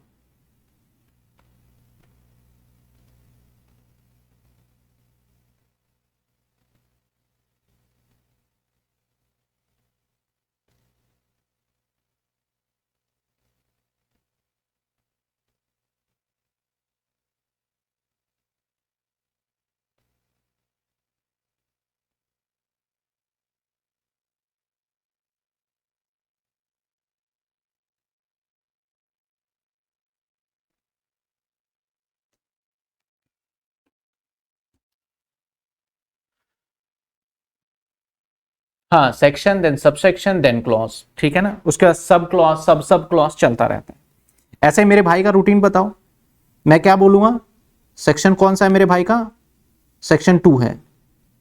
अगर मैं पूछूं आपसे सेक्शन 2 सबसेक्शन 2 में क्या है, तो आप बोलोगे सर सबसेक्शन 2 में ब्रेकफास्ट की बात है। तो ये पॉइंट बनता है, आपको दिखाता हूं, लॉ भी दिखाता हूं। देखिए इनकम टैक्स एक्ट है, ये मैंने एक्ट जो कि गवर्नमेंट की साइट पे है। अगर मैं इसके ऊपर मान लो सेक्शन 2 खोलता हूं, ये यहाँ पे कोई भी सेक्शन आपको दिक्कत आता है अगर सेक्शन पता है ना, तो इन फ्यूचर, अभी ऐसे तो अभी इतना ज्यादा आपको इन्वॉल्व होना नहीं पड़ेगा, लेकिन कोई चाहता है डिटेल पढ़ना तो पढ़ सकता है। जैसे मैं सपोज करो अभी जो पढ़ रहा हूं मैं, अभी जो मैं पढ़ाने वाला था, मैं ये पढ़ाने वाला था 211, ठीक है ना, 211 मैं पढ़ाने वाला हूं सेक्शन 2 सब सेक्शन 11, ठीक है। तो मैं एक बार आ जाता हूं यहाँ पे, तो मैं सेक्शन 2 में जाऊंगा। अब ये रहा 2 का डेफिनेशन, ये खुल गया पूरा 2। अब 2 के अंदर पहली बात लिखी, दूसरी बात आपको दिख रहा है ना, ये जूम नहीं हो सकता, पहली बात, दूसरी बात, तीसरी बात, चौथी बात, इसके अंदर देखो ABC, तो ये क्लॉज हो गए। अब 11वीं बात पे हमारा ये लिखा था SSC का मीनिंग, देखो 11वीं बात पे SSC का मीनिंग है, 11वें पॉइंट पे दिख रहा है आपको SSC का मीनिंग। यहां तो मेरे से क्लिक नहीं, ये देखो मैंने क्लिक कर दिया थोड़ा सा, ये SSC का मीनिंग है 11वें पॉइंट पे। तो इसलिए इसका सेक्शन क्या पड़ गया कि भाई दूसरी बात बता, दूसरा पॉइंट चल रहा था डेफिनेशन में, हमेशा एक्ट के अंदर डेफिनेशन सेकंड में होता है, तो दूसरा पॉइंट चल रहा था डेफिनेशन, और डेफिनेशन के अंदर जब हम लिख रहे थे तो 11वें नंबर पे जो हमने बात करी, तो सेक्शन सबसेक्शन 11 हो गया, ठीक है ना। ऐसे ही अगर हम बात करेंगे, मान लो ये 13 है, तो ये डेफिनेशन ही चल रहा है, तो ये क्या माना जाएगा, सेक्शन 13 पॉइंट पे आ जाएगा हमारा असेसमेंट का जो पढ़ेंगे, ठीक है ना। तो होपफुली मैं चीजों को, छोटी छोटी चीजें हैं जो कि अगर आप नहीं भी करते हो तो फर्क नहीं पड़ता लाइफ में, लेकिन कर लेते हो तो थोड़ा सा आपको लगता है कि नॉलेज वाली चीजें हमने देखी है। तो यहां पे हमारा सेक्शन क्या मेंशन है सर, सेक्शन 2 सबसेक्शन हमारा 11 में क्या बताया, डेफिनेशन में क्या क्या लिखा, कहता है कि assessee mean a person by whom any tax, जिसके द्वारा कोई भी टैक्स और any other sum of money या कोई भी पैसा पेबल अंडर दिस एक्ट, इस एक्ट के हिसाब से यानी इनकम टैक्स के हिसाब से अगर आप पेमेंट करते हो सरकार को कोई भी टैक्स कुछ भी चीज, तो आप एसएससी बन जाओगे। अगर आप नहीं पे करते तो नहीं हो। लेकिन साथ के साथ अगर आपके ऊपर किसी भी चीज का प्रोसीडिंग का मतलब है आपके ऊपर रेड पड़ गया और आपके पास इनकम है नहीं है, मैटर नहीं करता, इनकम टैक्स गवर्नमेंट आपसे बात करना चाहती है, दोस्ती कर रहे हैं आपसे, तब आप एसएससी बन जाओगे। तो every person in respect of proceeding under this act मतलब 2025। रिफंड, पता है क्या कई बार होता है, बैंक वाले जब आप एफडी करते हो ना, तो एफडी करने के बाद बैंक वाले टीडीएस काट लेते हैं। मतलब आपके जो ब्याज अगर 50,000 रुपए साल का बनना है तो 50 नहीं देंगे, 45, 10% काट लेते हैं वो, तो 45 देंगे। तो आपको बोलते हैं आप इनकम टैक्स में रिटर्न फाइल करना मिल जाएगा। तो आप सरकार से बोलोगे मेरी इनकम तो इतनी नहीं है, मेरे पैसे दे दे, कम से कम मेरे कम से कम पैसे तो दे दे। बोलेगा अच्छा तू मेरे से पैसे मांगने आ रहा है, मेरे से दोस्ती चल रही है, तू एसएससी है। यानी आप रिफंड भी क्लेम करने जाओगे तो तू एसएससी हो जाएगा। Every person who is deemed to be SSC, हर एक पर्सन वो डीम टू बी एसएससी माना जाएगा अंडर दिस एक्ट। अगर कई बार क्या होता है कि आप मानो या नहीं मानो, आपको एसएससी मान लेंगे, डीम्ड होता है, मान लेंगे तो ये एसएससी। तो पहली डेफिनेशन हमने किसकी देखी सर, एसएससी की देखी। दूसरा टैक्स ईयर, ये बहुत चर्चित में है टैक्स ईयर। टैक्स ईयर क्या होता है समझो, टैक्स ईयर देखते हैं।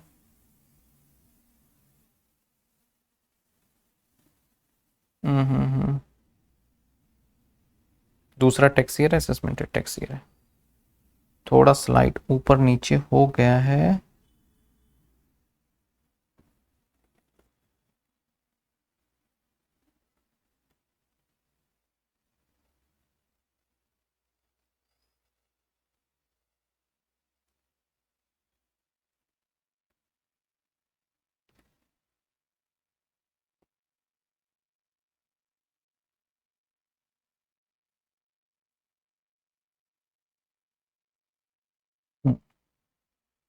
चलो, नहीं पहले एसएससी बताया था तो ये पहले आएगा।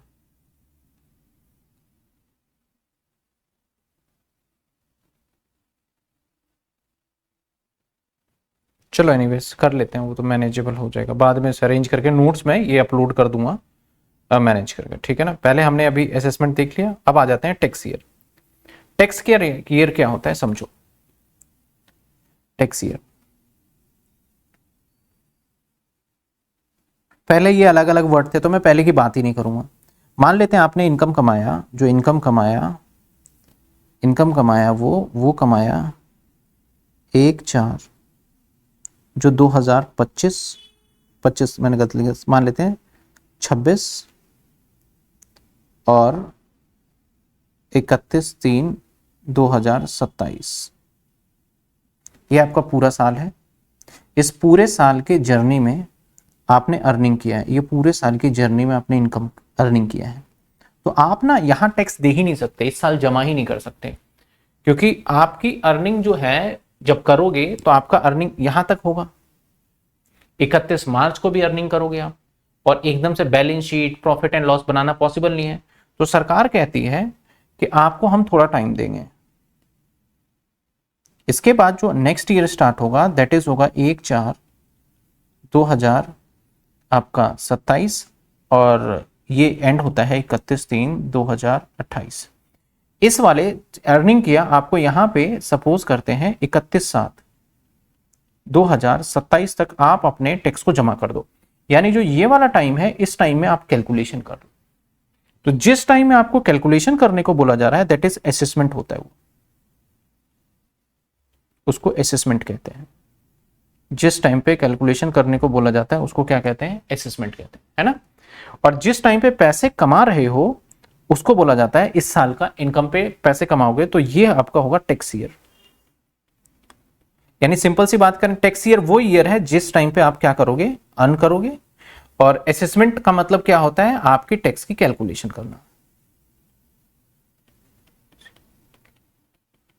हालांकि गवर्नमेंट ने पहले प्रीवियस ईयर और असेसमेंट ईयर था तो इस वर्ड को बदला है, लेकिन बाद में खुद अमेंडेड करेंगे, मैं जानता हूं, क्योंकि ये एक्चुअल में ही असेसमेंट ईयर ही है जिसमें असेस्ड होता है हमारा, ठीक है। तो असेसमेंट ईयर लगाते थे तो बढ़िया था। हाँ, प्रीवियस ईयर में कंफ्यूजन था, उसको आप फाइनेंशियल ईयर कर देते, टैक्स ईयर कर देते तो वो चलता, ठीक है ना। तो टैक्स ईयर का मतलब इन विच ईयर आप इनकम को कमाते हो उससे कौन सा ईयर बोलते हैं, टैक्स ईयर। मतलब जिस समय के लिए आपको सरकार को बोलोगे ये मेरी इनकम, बोले कौन से साल की, सर पिछले साल की, पिछले साल कब, 26-27 की, तो ये टैक्स ईयर का दे रहे हो, ठीक है ना। तो आ जाइए पढ़ते हैं क्या कहते हैं ये टर्म्स जो डिफाइन है, अकेला ये टर्म्स जो कि कहां डिफाइन है, सेक्शन 3 के अंदर डिफाइन है। इट मींस द 12 मंथ, ये 12 महीने का होगा, जो कि हमारा 1 अप्रैल से स्टार्ट हो जाएगा। कब से स्टार्ट हो जाएगा साहब, 1 अप्रैल से हमारा स्टार्ट हो जाएगा।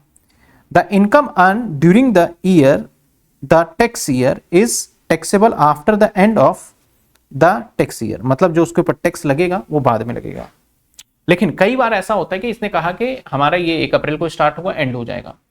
इसके ऊपर डेफिनेशन एग्जाम में याद रखना, कई बार ऐसा होता है कि ये बोला कि 12 महीने का होता है, लेकिन कई बार ये 12 महीने का नहीं हो सकता, 12 मंथ का नहीं होगा। क्यों नहीं, मान लो मैंने बिजनेस से स्टार्ट किया हो अप्रैल में, मार्च में, तो 1 ही महीने का होगा मेरे लिए। मार्च में स्टार्ट किया 1 मार्च को, और 31 मार्च को साल खत्म होगा, फिर उसका टैक्स देना पड़ेगा। तो if the business started between the year, मतलब साल के बीच में स्टार्ट करते हो, then tax year will be less than 12 month का हो सकता है, but not more than 12 month. लेकिन भाई टैक्स ईयर 12 महीने से ज्यादा का नहीं हो सकता, लेकिन 12 महीने से कम का हो सकता है अगर बिजनेस को आपने बीच में स्टार्ट किया है। तो क्या आपको क्लियर हुआ, ये इंपॉर्टेंट है, आप याद रखिएगा इसको। तो ये था हमारा टैक्स ईयर, ये रहा जो कि मैंने पढ़ाया आपको टैक्स ईयर, ठीक है। अब असेसमेंट का भी मतलब मैंने बता दिया क्या होता है असेसमेंट। जब आप कैलकुलेशन करते हो किसी चीज का तो उसे क्या बोलते हैं हम, असेसमेंट बोलते हैं। उसको क्या बोलते हैं हम, असेसमेंट बोलते हैं। तो आइए एसएससी हमने देख लिया, असेसमेंट देखिए, सेक्शन 2 सबसेक्शन, ये 2 सबसेक्शन है, ठीक है ना। आप देखना चाहते हैं तो ये इसका मतलब क्या हुआ, दूसरे पॉइंट यानी डेफिनेशन वाला जब पॉइंट लिख रहे थे तो वो दूसरे पॉइंट में लिखा गया, और उसके 13वें पॉइंट में ये बातें कहता है, दिस इज अ प्रोसीजर, ये ऐसा प्रोसीजर है बाय विच इनकम एसएससी, जो इनकम का एसएससी होता है, determine by the assessing officer. Assessing officer कौन से होते हैं, जो इनकम टैक्स ऑफिसर होते हैं उसको बोलते, वो बोलते हैं असेसिंग ऑफिसर। जो इनकम टैक्स ऑफिसर होते हैं उसको क्या बोलते हैं, असेसिंग ऑफिसर बोलते हैं, ठीक है ना, असेसिंग ऑफिसर बोलते हैं। तो ये डिटरमाइन, डिटरमाइन का मतलब कैलकुलेशन, कैसे डिटरमाइन करेगा, तेरी इनकम 5 करोड़ रुपए, तो कैसे करेगा, कैलकुलेशन करेगा, कौन करेगा, इनकम टैक्स डिपार्टमेंट, और आप भी करोगे। तो असेसमेंट का मतलब होता है जनरली कैलकुलेशन करना, और असेसिंग ऑफिसर करेगा, इनकम टैक्स डिपार्टमेंट करेगा आपका। It's include assessment and recomputation. Recomputation का मतलब अगेन, जिसका मतलब क्या मैंने डाल दिया है, कैलकुलेशन, ठीक है ना। तो असेसमेंट का मतलब यही होता है आपका। अब असेसमेंट का मतलब आपकी इनकम को रिकम्प्यूटेशन करना, आकलन लगाना, कैलकुलेट करना, सिंपल वर्ड में बोल सकते हो। तो ये था हमारा असेसमेंट, ठीक है। हम डेफिनेशन पढ़ रहे थे तो डेफिनेशन में हमारा आ गया, असेसमेंट भी आ गया। तो पहले 3 डेफिनेशन देखो, एसएससी समझ में आया, जो बंदा टैक्स देगा या सरकार से थोड़ी भी बातचीत करेगा तो वो एसएससी बन जाएगा। टैक्स ईयर, जिस साल इनकम कमाओगे उसको टैक्स ईयर बोलेंगे। और इसके बाद देखा जाए असेसमेंट, तो जिस साल आप कैलकुलेशन करते हो जब इनकम का, तो उसे बोलते हैं आप क्या कर रहे हो। जैसे मान लो मैंने लिखा 2 + 2 + 2, आप पूछो क्या कर रहे हो, मैंने कहा कैलकुलेशन कर रहा हूं। अरे 8 कैसे हो जाएगा, 2 + 2 + 2 कितने होंगे, 6 होंगे। क्या कर रहे हो, मैंने बोला कैलकुलेशन कर रहा हूं। अब टैक्स में बोलो क्या कर रहे हो, मैं बोलूं असेसमेंट कर रहा हूं, मैंने बोला असेसमेंट कर रहा हूं। लॉ की भाषा में मैं क्या बोल दूंगा, असेसमेंट कर रहा हूं। तो ये 3 बातें मैंने आपको समझाई। किसी में दिक्कत है तो बताइए, फिर हम पर्सन की चर्चा करेंगे, फिर हम पर्सन की चर्चा करेंगे।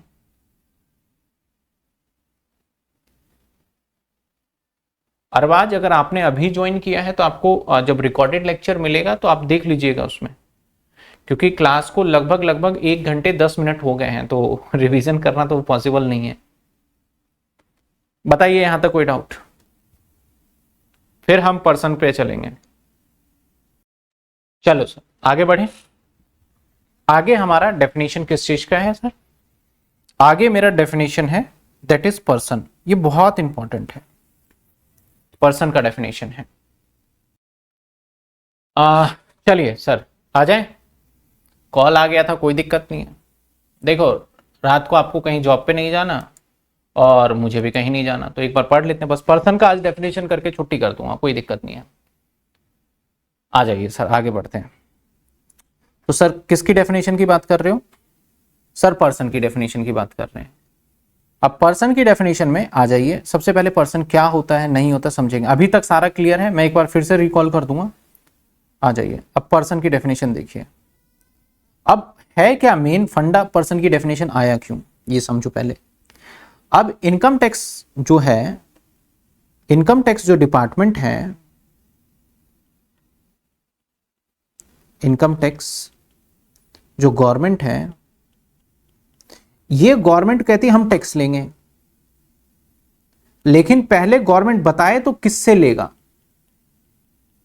किससे टैक्स लेगा भाई, तो ये तो बता। पता चला भाई कल 2 साल का बच्चा उससे पहुंच जाए टैक्स लेने, तू भी दे टैक्स। पता चला जो इंसान जिंदा ही नहीं है उससे लेने चले जाए, तू भी दे टैक्स। किससे लेगा टैक्स? तो जिससे टैक्स लेगा ना, तो लॉ के अंदर उसको डिफाइन कर दिया कि भाई हम लेंगे पर्सन से टैक्स। किससे लेंगे? पर्सन से टैक्स लेंगे। अब पर्सन के नाम सुनते ही ना हमारे माइंड में कई बार ऐसा आइडिया आता है अपन को कि भाई पर्सन का मतलब व्यक्ति नहीं, यहां पर्सन को डिफाइन किया गया कि पर्सन मतलब क्या है। तो जिससे टैक्स लेना है गवर्नमेंट को, तो वो जो व्यक्ति होगा उसको पर्सन जो बोला गया, तो वो कौन होंगे पर्सन। यहां पे ये पॉइंट रखा गया पर्सन में। एक इंडिविजुअल हो सकता है साहब। इंडिविजुअल का मतलब क्या है? कोई भी ही हो सकता है, सी हो सकता है, या चाइल्ड हो सकता है, ठीक है ना, उसे भी पर्सन बोलेंगे, मतलब एक ह्यूमन बीइंग। दूसरा एचयूएफ होगा, तो जो इंडिविजुअल का टैक्स लेंगे तो उसके इंडिविजुअल के अलग कानून बनाएंगे। भाई अगर तू इंडिविजुअल है, तू लड़का लड़की कुछ भी है, तो तुझे टैक्स देने का कानून बिल्कुल अलग है, सारे रूल्स तेरे लिए अलग बनाए गए हैं। एचयूएफ है, एचयूएफ क्या होता है? हिंदू अनडिवाइडेड फैमिली, यानी एक फैमिली बिजनेस टाइप का होता है, हम अभी देखेंगे। तो अगर तू एचयूएफ है तो तेरे लिए अलग कानून है। कंपनी, तो कंपनी को भी बोला तू भी पर्सन है क्योंकि मैं तुझसे भी टैक्स लूंगा, तो तेरे लिए अलग रूल बनाऊंगा मैं। फर्म यानी पार्टनरशिप फर्म, तो बोलेगा तू भी मेरे लिए अलग व्यक्ति है, तो तेरे लिए अलग कानून बनाऊंगा। ऐसे ही बोला गया एओपी बीओआई, बोला गया तू भी अलग पर्सन है। होता क्या है एओपी बीओआई, अभी डिस्कस करेंगे, तेरे लिए अलग कानून है। लोकल अथॉरिटी और सेम आर्टिफिशियल जुडिशियल पर्सन, तो ये कुछ रखे गए। कितने रखे गए? 1 2 3 4 5 6 7 7, मतलब 7 लोग। एक याद है आपको अमिताभ बच्चन की एक मूवी थी सत्ते पे सत्ता, ऐसे पर्सन सत्ते पे सत्ता, वो 7 भाई थे, तो यहां 7 लोगों से टैक्स वसूलते हैं अलग अलग कैटेगरी बना के। तो ये 7 लोगों से लिया जाएगा टैक्स। अब हम सबसे पहले समझते हैं कि हु इज द इंडिविजुअल, कौन होगा इंडिविजुअल, ठीक है ना। तो अगर हम इंडिविजुअल की बात करें, पर्सन की डेफिनेशन को जब हम देखते हैं, चलो पर्सन की डेफिनेशन को जब देखते हैं, तो इंडिविजुअल कौन होता है? कहा गया individuals mean only the natural person. हाँ नेचुरल पर्सन मतलब आर्टिफिशियल पर्सन नहीं, कोई पुतला उतला नहीं होना चाहिए, नेचुरल पर्सन होना चाहिए। Human being including minor person unsound mind, मतलब पागल भी हुआ ना तो पैसे कमा रहा है। अब कई लोग ऐसे बहाने करने लग जाएंगे ना कि इनकम टैक्स देने के टाइम पे मैं पागल हो गया, मुझे कुछ समझ में नहीं आ रहा, बोला वो रहने दे, तेरे को टैक्स देना पड़ेगा। ये सारी बातें लिखी गई है। इन केस असेसमेंट में बी मेड, आपका गार्जियन, अगर माइनर चाइल्ड है तो गार्जियन देगा उस केस में, ठीक है। या manager of the minor lunatic who is the entire receive, lunatic मतलब पागल होता है, तो उस केस में उसके गार्जियन या उसको देखरेख कर रहा है वो टैक्स देगा। मान लेते हैं किसी पागल के नाम पे 100 करोड़ की एफडी है, 100 करोड़ की एफडी पे पता है कितना, 6% के हिसाब से 60 लाख रुपए महीने का ब्याज आएगा, तो टैक्स नहीं लेगा गवर्नमेंट, लेगा कौन? 60 लाख को देख रहा है उससे लेगा। In case of disease person, अगर कोई व्यक्ति मर जाता है तो असेसमेंट मेड लीगल रिप्रेजेंटेटिव, जो उसके लीगल वारिस है उससे भी लेंगे, मतलब भाई मरे हुए व्यक्ति से भी टैक्स लिया जाएगा। अब मैंने बता दिया पर्सन में कौन हो सकता है, मेल भी हो सकता है, फीमेल भी हो सकते हैं, और बच्चे हो सकते हैं, ओल्ड मैन हो सकता है, ओल्ड वुमेन, ये सब पर्सन है। यानी आप हो गए बच्चे, आप भी पर्सन की डेफिनेशन, पैसे कमाओगे तो देना पड़ेगा टैक्स। आपकी मम्मी, आपके पापा, ये भी पर्सन की डेफिनेशन, आपके दादा, आपके दादी, ये भी पर्सन का, और कोई भी ह्यूमन बीइंग है तो वो सभी पर्सन की डेफिनेशन में आ जाएगा। और पर्सन के डेफिनेशन में जैसे आएगा तो उसे टैक्स देना पड़ेगा। तो जो एक स्टूडेंट का कहना है कि सब जब माइनर का कंसर्न ही वैलिड नहीं है तो वो कॉन्ट्रैक्ट एक्ट में कंसर्न नॉट कंसर्न है। इनकम टैक्स तो बोलते हैं बच्चा पैसा कमाएगा तो देंगे। आपने बहुत सारे देखते हो चाइल्ड आर्टिस्ट होते हैं, मूवी में काम करते हैं, तो क्या वो टैक्स नहीं देते हैं? देना पड़ता है। अब कौन बनेगा करोड़पति में, मान लो कोई गया और उसने पैसे कमाए तो उसको भी टैक्स देना पड़ेगा, ठीक है ना। तो यहाँ पे लेते हैं गवर्नमेंट टैक्स। आ जाइए सर। अब अगला था हमारा, पहला पर्सन समझ में आया कौन होता है। अगला है हमारा हिंदू अनडिवाइडेड फैमिली, HUF। कहता है अंडर इनकम टैक्स एक्ट के हिसाब से HUF treated as a separate entity for purpose of assessment, यानी टैक्स निकालने के पर्पस के लिए इसे एक अलग व्यक्ति माना जाता है। इट्स इंक्लूड डेफिनेशन पर्सन, जो कि हमारा सेक्शन 277 में है। अच्छा, हमारा जो पर्सन का डेफिनेशन है 277 में है। सेक्शन किस में? 277। इसका मतलब समझ रहे हो? एक बार और दिखाऊं। 277 मतलब जो सेक्शन 2 है उसका 77 वाला point. Oh my God, 77 point. आ जाओ देखो यहाँ, ये एक्ट में ही है, सीधा सीधा लिखा हुआ 77 वाला पॉइंट। ये रहा, ये रहा पर्सन की डेफिनेशन। आप देख पा रहे हो, मैं इसे हाईलाइट हो जा भाई, दिख रहा है यहाँ पे 77। तो ये 277 में आपका पर्सन का डेफिनेशन आता है, ठीक है ना। मैं यहाँ पे लिख भी देता हूँ आपके लिए, पर्सन सेक्शन 277। 277 का मतलब 2 और सब सेक्शन 77 में इसकी परिभाषा दी गई है। पुराने में 232 में था तो हटाओ उसको। तो कहता है under this section 277 the levy of income tax every person, हर पर्सन पे लगाया जाता है। Therefore the income tax payable as by HUF, क्योंकि HUF के एक अलग व्यक्ति मान लिया गया, इसलिए इसको भी टैक्स देना पड़ेगा, इसलिए भी इसको भी टैक्स देना पड़ेगा, ठीक है ना। अब एप्लीकेबल हिंदू अनडिवाइडेड फैमिली के अंदर कौन कौन होते हैं? हिंदू तो होंगे, जैन भी होगा, सिख भी होगा, बुद्धिस्ट भी हो गया। इसमें मुस्लिम जो है उनको HUF बनाने का राइट नहीं है, क्योंकि ये हिंदू लॉ है। और जितने भी जैन हैं, सिख हैं, बुद्धिस्ट हैं, इसको हिंदू की कैटेगरी में इनकम टैक्स के अंदर रखा गया है। मेंबर HUF क्या होता है? देखो HUF के अंदर, अब आप बताओ इन सब में से 5 बंदे, आप मुझे कमेंट में बताओ सबसे सीनियर और किसके पास सबसे ज्यादा नॉलेज है और किसका दबदबा घर पे होगा। बताओ किसका दबदबा होगा, इसमें से कौन लग रहा है? मान लेते हैं ये A है, ये B, ये C, ये D, ये E। कौन लगता है कि एक गार्जियन होगा इस पूरे फैमिली के अंदर? कौन होगा? जल्दी बताओ, ABCD, कौन गार्जियन लग रहा है आपको?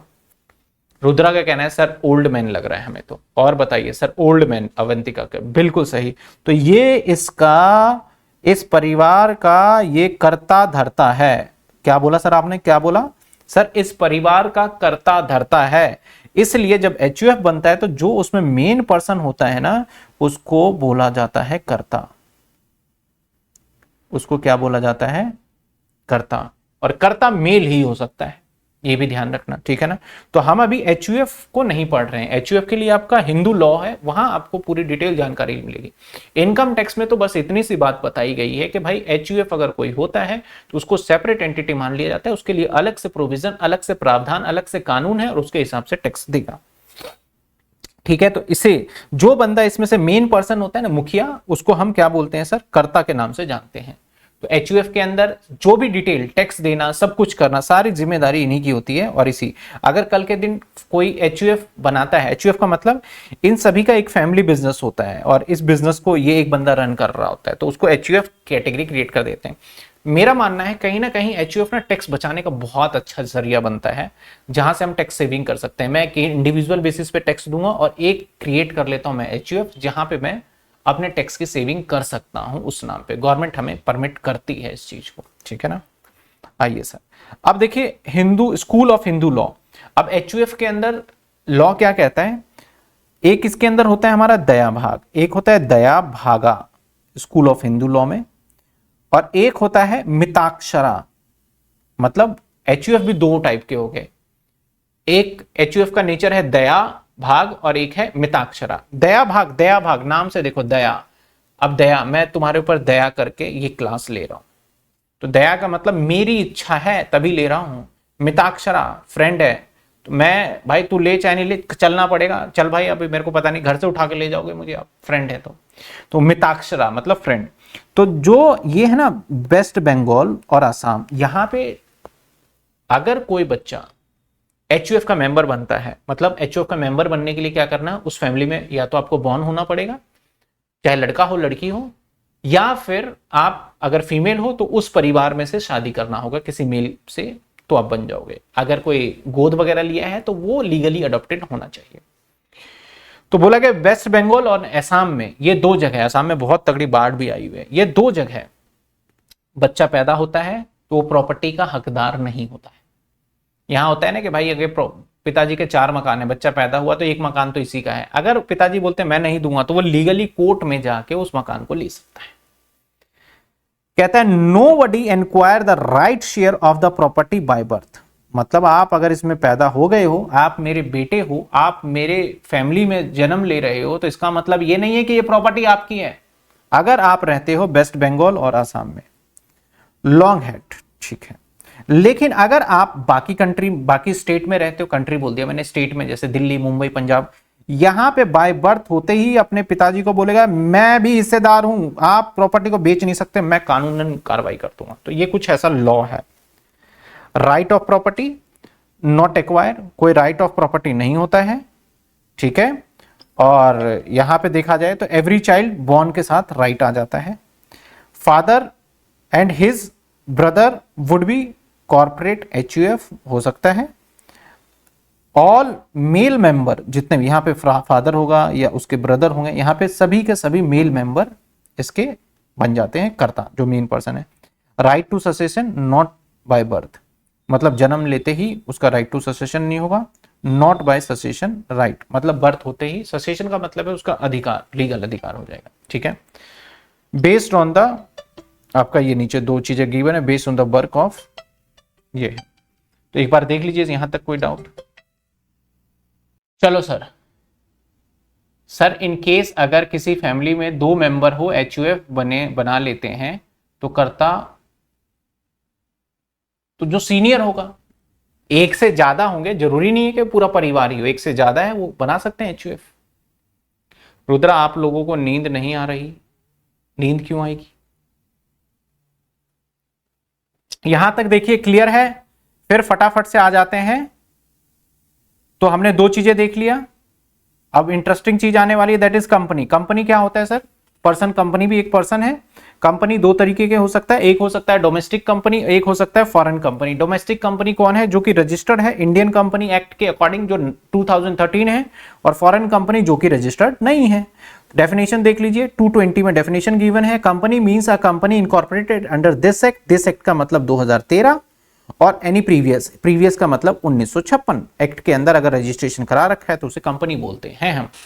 तो ये होता है कंपनी। कंपनी को भी सेपरेट पर्सन माना गया है, इसके अलग रूल है। अच्छा मैं एक बात बताऊं, इसको अलग अलग रूल में क्यों बांटा गया? देखो इसके ऊपर ना स्लैब रेट लगता है टैक्स के लिए, स्लैब रेट मतलब कि इतने से इतने इनकम होगी।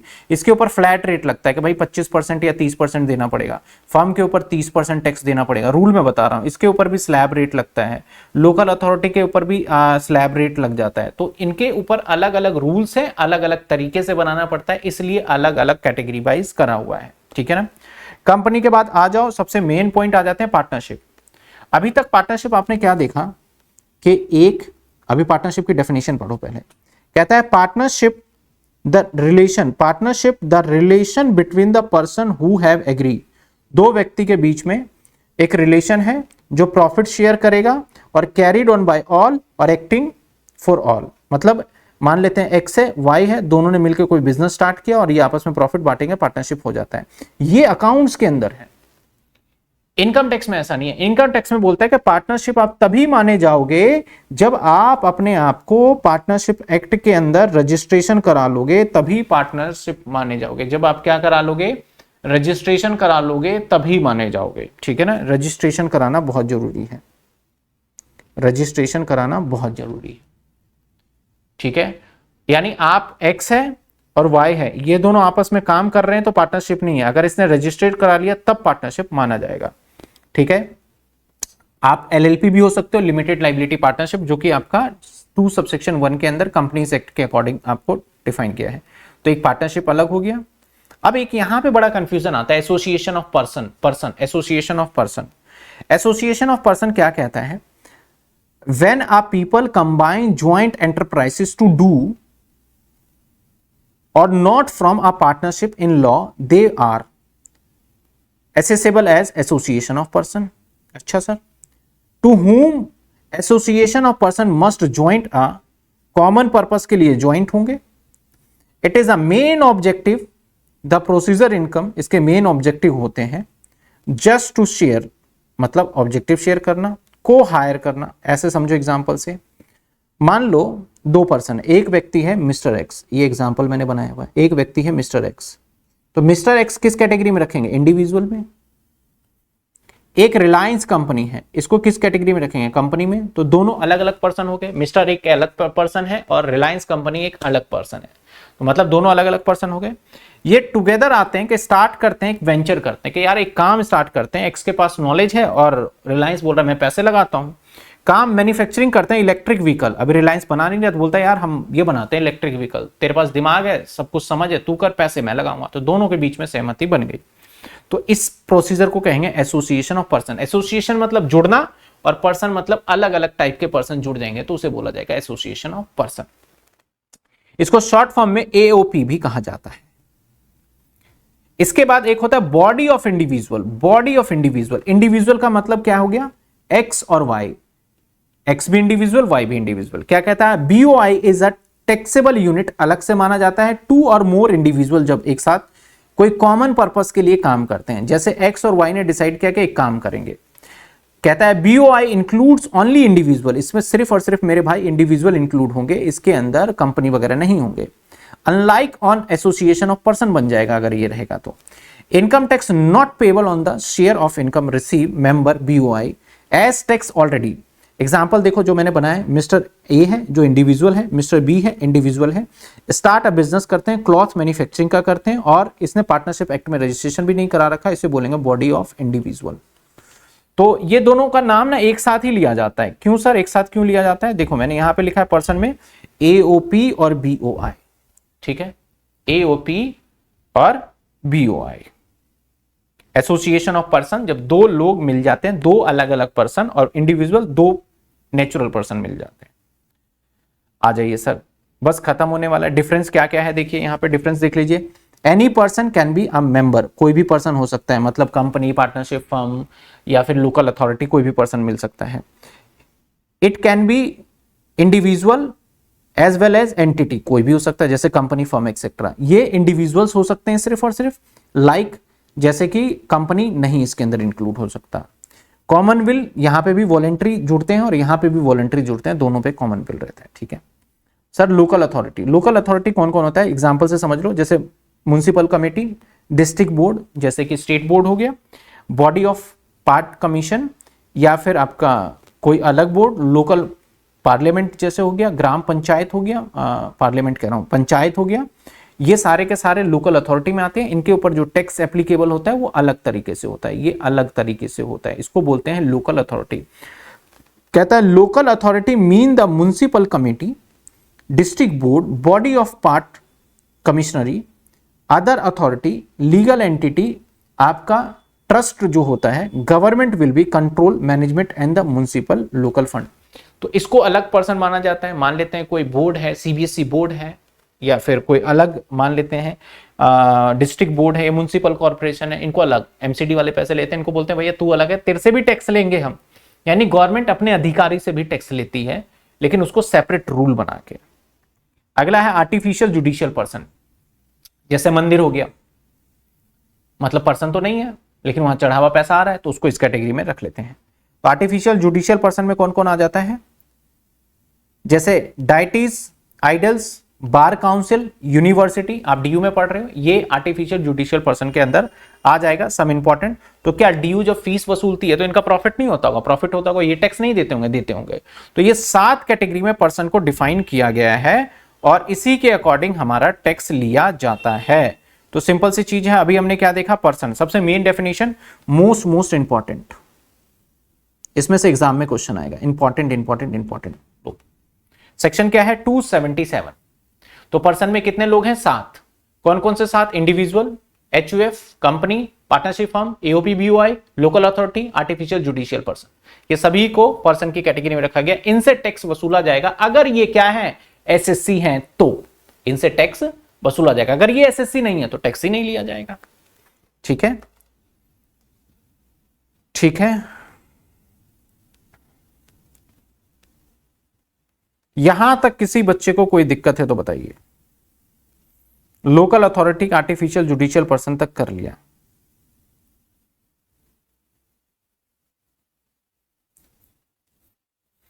अच्छा, ये पॉइंट यहां रहेगा। एक पॉइंट देखो, टैक्स ईयर था ना, टैक्स ईयर से रिलेटेड है, इसे अभी करना जरूरी है हमारे लिए। थोड़ा सा रह गया वो पॉइंट ऊपर, तो इसको मैं बता देता हूं। सबसे पहले मैं आपको बता दूं कि sir what is the tax year. अभी बताया था आपको कि सर टैक्स ईयर क्या होता है। वो ईयर जिसमें आप अर्न करोगे, लेकिन आप पेमेंट कब करोगे? Next year. और जिस साल पेमेंट कहते हो उस साल असेसमेंट होता है आपका। ठीक है ना, तो जिस साल पैसे कमाते हो उसे टैक्स ईयर कहते हैं, और जिस साल पे करते हो उसमें असेसमेंट होता है। लेकिन कई बार ऐसा होता है कि आप जिस साल पैसे कमाते हो आपको अगले साल नहीं टैक्स देना, उसी साल देना पड़ सकता है। कुछ एक्सेप्शन केसेस है, वो एक्सेप्शन केसेस क्या है वो देख लीजिए। क्या कहता है? जनरल रूल कहता है कि income of tax year assess after the end of the tax year, मतलब अगले साल हो जाएगा। लेकिन कुछ एक्सेप्शन केसेस आ जाते हैं। अगर आप शिपिंग बिजनेस से हैं, नॉन रेजिडेंट, यानी आप शिपिंग बिजनेस जानते हो, क्योंकि जहाज आता है फिर इंडिया में से कार्गो शिप वगैरह होते हैं, लेकिन वो इंडियन नहीं है, नॉन इंडियन, बाहर के हैं। तो अगर आप ऐसे कंट्री में हो तो एक बार आप आए तो पता नहीं अब अगले साल कब आओगे, नहीं आओगे, आपका चक्कर कब लगेगा, तो आपको अभी टैक्स देना पड़ेगा। ठीक है।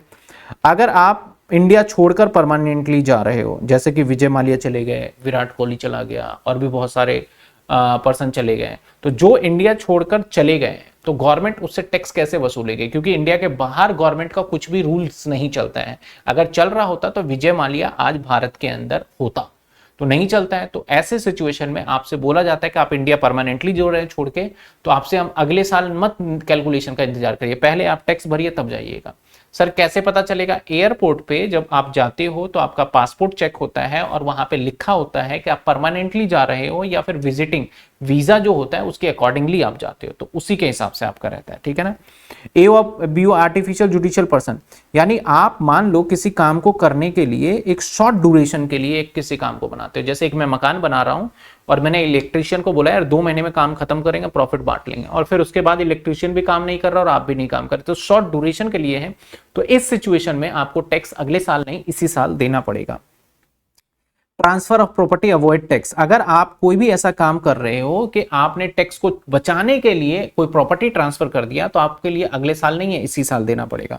डिसकंटिन्यू बिजनेस, आपने बिजनेस ही बंद कर दिया तो आपसे बोला जाएगा यार बिजनेस बंद हो गया तो अब अगले साल का क्या इंतजाम, निकालो प्रॉफिट एंड लॉस और दो हमें टैक्स। तो ये कुछ 1 2 3 4 5 ये 5 केसेस हैं जिसके अंदर आपको टैक्स ईयर के अंदर ही टैक्स देना पड़ता है, नेक्स्ट ईयर के अंदर आपको टैक्स नहीं देना पड़ता है। तो ये ओवरऑल आज हमने चीजें देखी है। एक बार फटाफट शुरू से लेके एंड तक मैं इसको रिकॉल कर देता हूं आपके लिए। चलिए सर, तो टाइप ऑफ टैक्सेस क्या होते हैं फटाफट देखिएगा। टाइप ऑफ टैक्सेस क्या होते हैं? टैक्स 2 टाइप के होते हैं, डायरेक्ट टैक्स और इनडायरेक्ट टैक्स। डायरेक्ट टैक्स का मतलब इनकम टैक्स, और हम पढ़ने जा रहे हैं इनकम टैक्स। इसके अंदर जीएसटी और आपका कस्टम भी आता है इनडायरेक्ट के अंदर। ठीक है ना sir. Tax income tax act में क्या है सर? इसके अंदर कुछ चैप्टर्स हैं जो कि कितने 23 चैप्टर्स हैं और आपके 536 सेक्शन हैं। हमें सब नहीं पढ़ना, हमारा जितना रेलेवेंट होगा वो चीजें हम कवर करेंगे जिससे नॉलेज हो जाएगा। सब किसको करना पढ़ना पड़ता है? जिसे केस लड़ना है, एडवोकेट, इनको सारी चीजें पढ़ना पड़ सकता है क्योंकि इनको आगे जाना है। बाकी सारा सबको नहीं पढ़ना होता, मेन चीजें पढ़ना पड़ता है।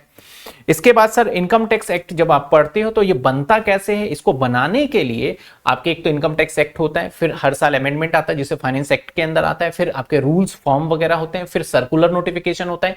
उसके बाद क्या होता है सर? आपके केस लॉज भी होते हैं जिसके हिसाब से ये सारी चीजें करी जाती है। इसके बाद बेसिक टर्म्स कुछ हमें सीखना है, जैसे कि हमें सीखना था एसएससी। एसएससी कौन होता है? जो पर्सन गवर्नमेंट को टैक्स देने के लिए लाइबल है या गवर्नमेंट से अपने पैसे वापस मांग रहा है जो उसको दे दिए गए हैं, टीडीएस जिसे बोलते हैं, तो उसको एसएससी बोला जाएगा। टैक्स ईयर क्या होगा सर? टैक्स ईयर होता है जिस साल हम अपने इनकम को कमाते हैं उसको टैक्स ईयर बोला जाता है। इसके अंदर एक्सेप्शन में 5 पॉइंट था कि अगर आपका, हालांकि आप इनकम को टैक्स जो पे करते हो वो नेक्स्ट ईयर में करते हो, लेकिन 5 एक्सेप्शन केसेस ऐसे हैं, जैसे अगर आप शिपिंग बिजनेस नॉन रेजिडेंट हो, अगर आप डिसकंटिन्यू बिजनेस करते हो, अगर आप इंडिया से परमानेंटली जा रहे हो, या फिर आपका प्रॉफिट कमाने की सिर्फ पर्पस था, या फिर आप डिसकंटिन्यू बिजनेस मतलब के शॉर्ट ड्यूरेशन के लिए कोई बिजनेस कर रहे हो, तो आपके ऊपर एक्सेप्शन में टैक्स ईयर ही आपका उसी साल टैक्स देना पड़ेगा। असेसमेंट मतलब जब आपका इनकम टैक्स ऑफिसर आपके इनकम को रिकंप्यूट करता है, दोबारा देखता है कहीं झूठ उठ तो नहीं बोल रहे, उसको असेसमेंट कह देते हैं। पर्सन कितने लोग थे? 7। अमिताभ बच्चन कितने? 7। कौन कौन? Individual, HUF, company, partnership firm, AOP, BOI, artificial judicial person और आपका लोकल अथॉरिटी, इन सभी को पर्सन के कैटेगरी में रखा गया है, इनसे टैक्स लिया जाएगा। नेक्स्ट क्लास के अंदर हम पढ़ेंगे, अब ये चीजें पढ़ लिया है कि भाई किससे टैक्स लेना है, अब कैसे कैसे किससे टैक्स लेना है, तो नेक्स्ट क्लास के अंदर our agenda is next class के अंदर रहेगा, दैट इज क्या रहेगा सर? इनकम टैक्स रेट पढ़ने वाले हैं अगली क्लास में, ठीक है ना? इनकम टैक्स रेट पढ़ेंगे अगली क्लास में, क्लियर है? तो चलिए, अभी भी किसी को कोई डाउट, कोई क्वेरी है तो आप मुझसे पूछ सकते हैं, अदरवाइज नेक्स्ट क्लास में तो इनकम टैक्स रेट हम पढ़ेंगे ही पढ़ेंगे। बताइए, किसी को कोई डाउट, कोई क्वेरी है तो आप मुझसे पूछ सकते हैं। यहाँ पे old regime, new regime interesting है, विद एग्जाम्पल पढ़ेंगे। किसी का कोई डाउट, कोई क्वेरी है तो आप मुझसे पूछ सकते हैं, बताइए मुझे।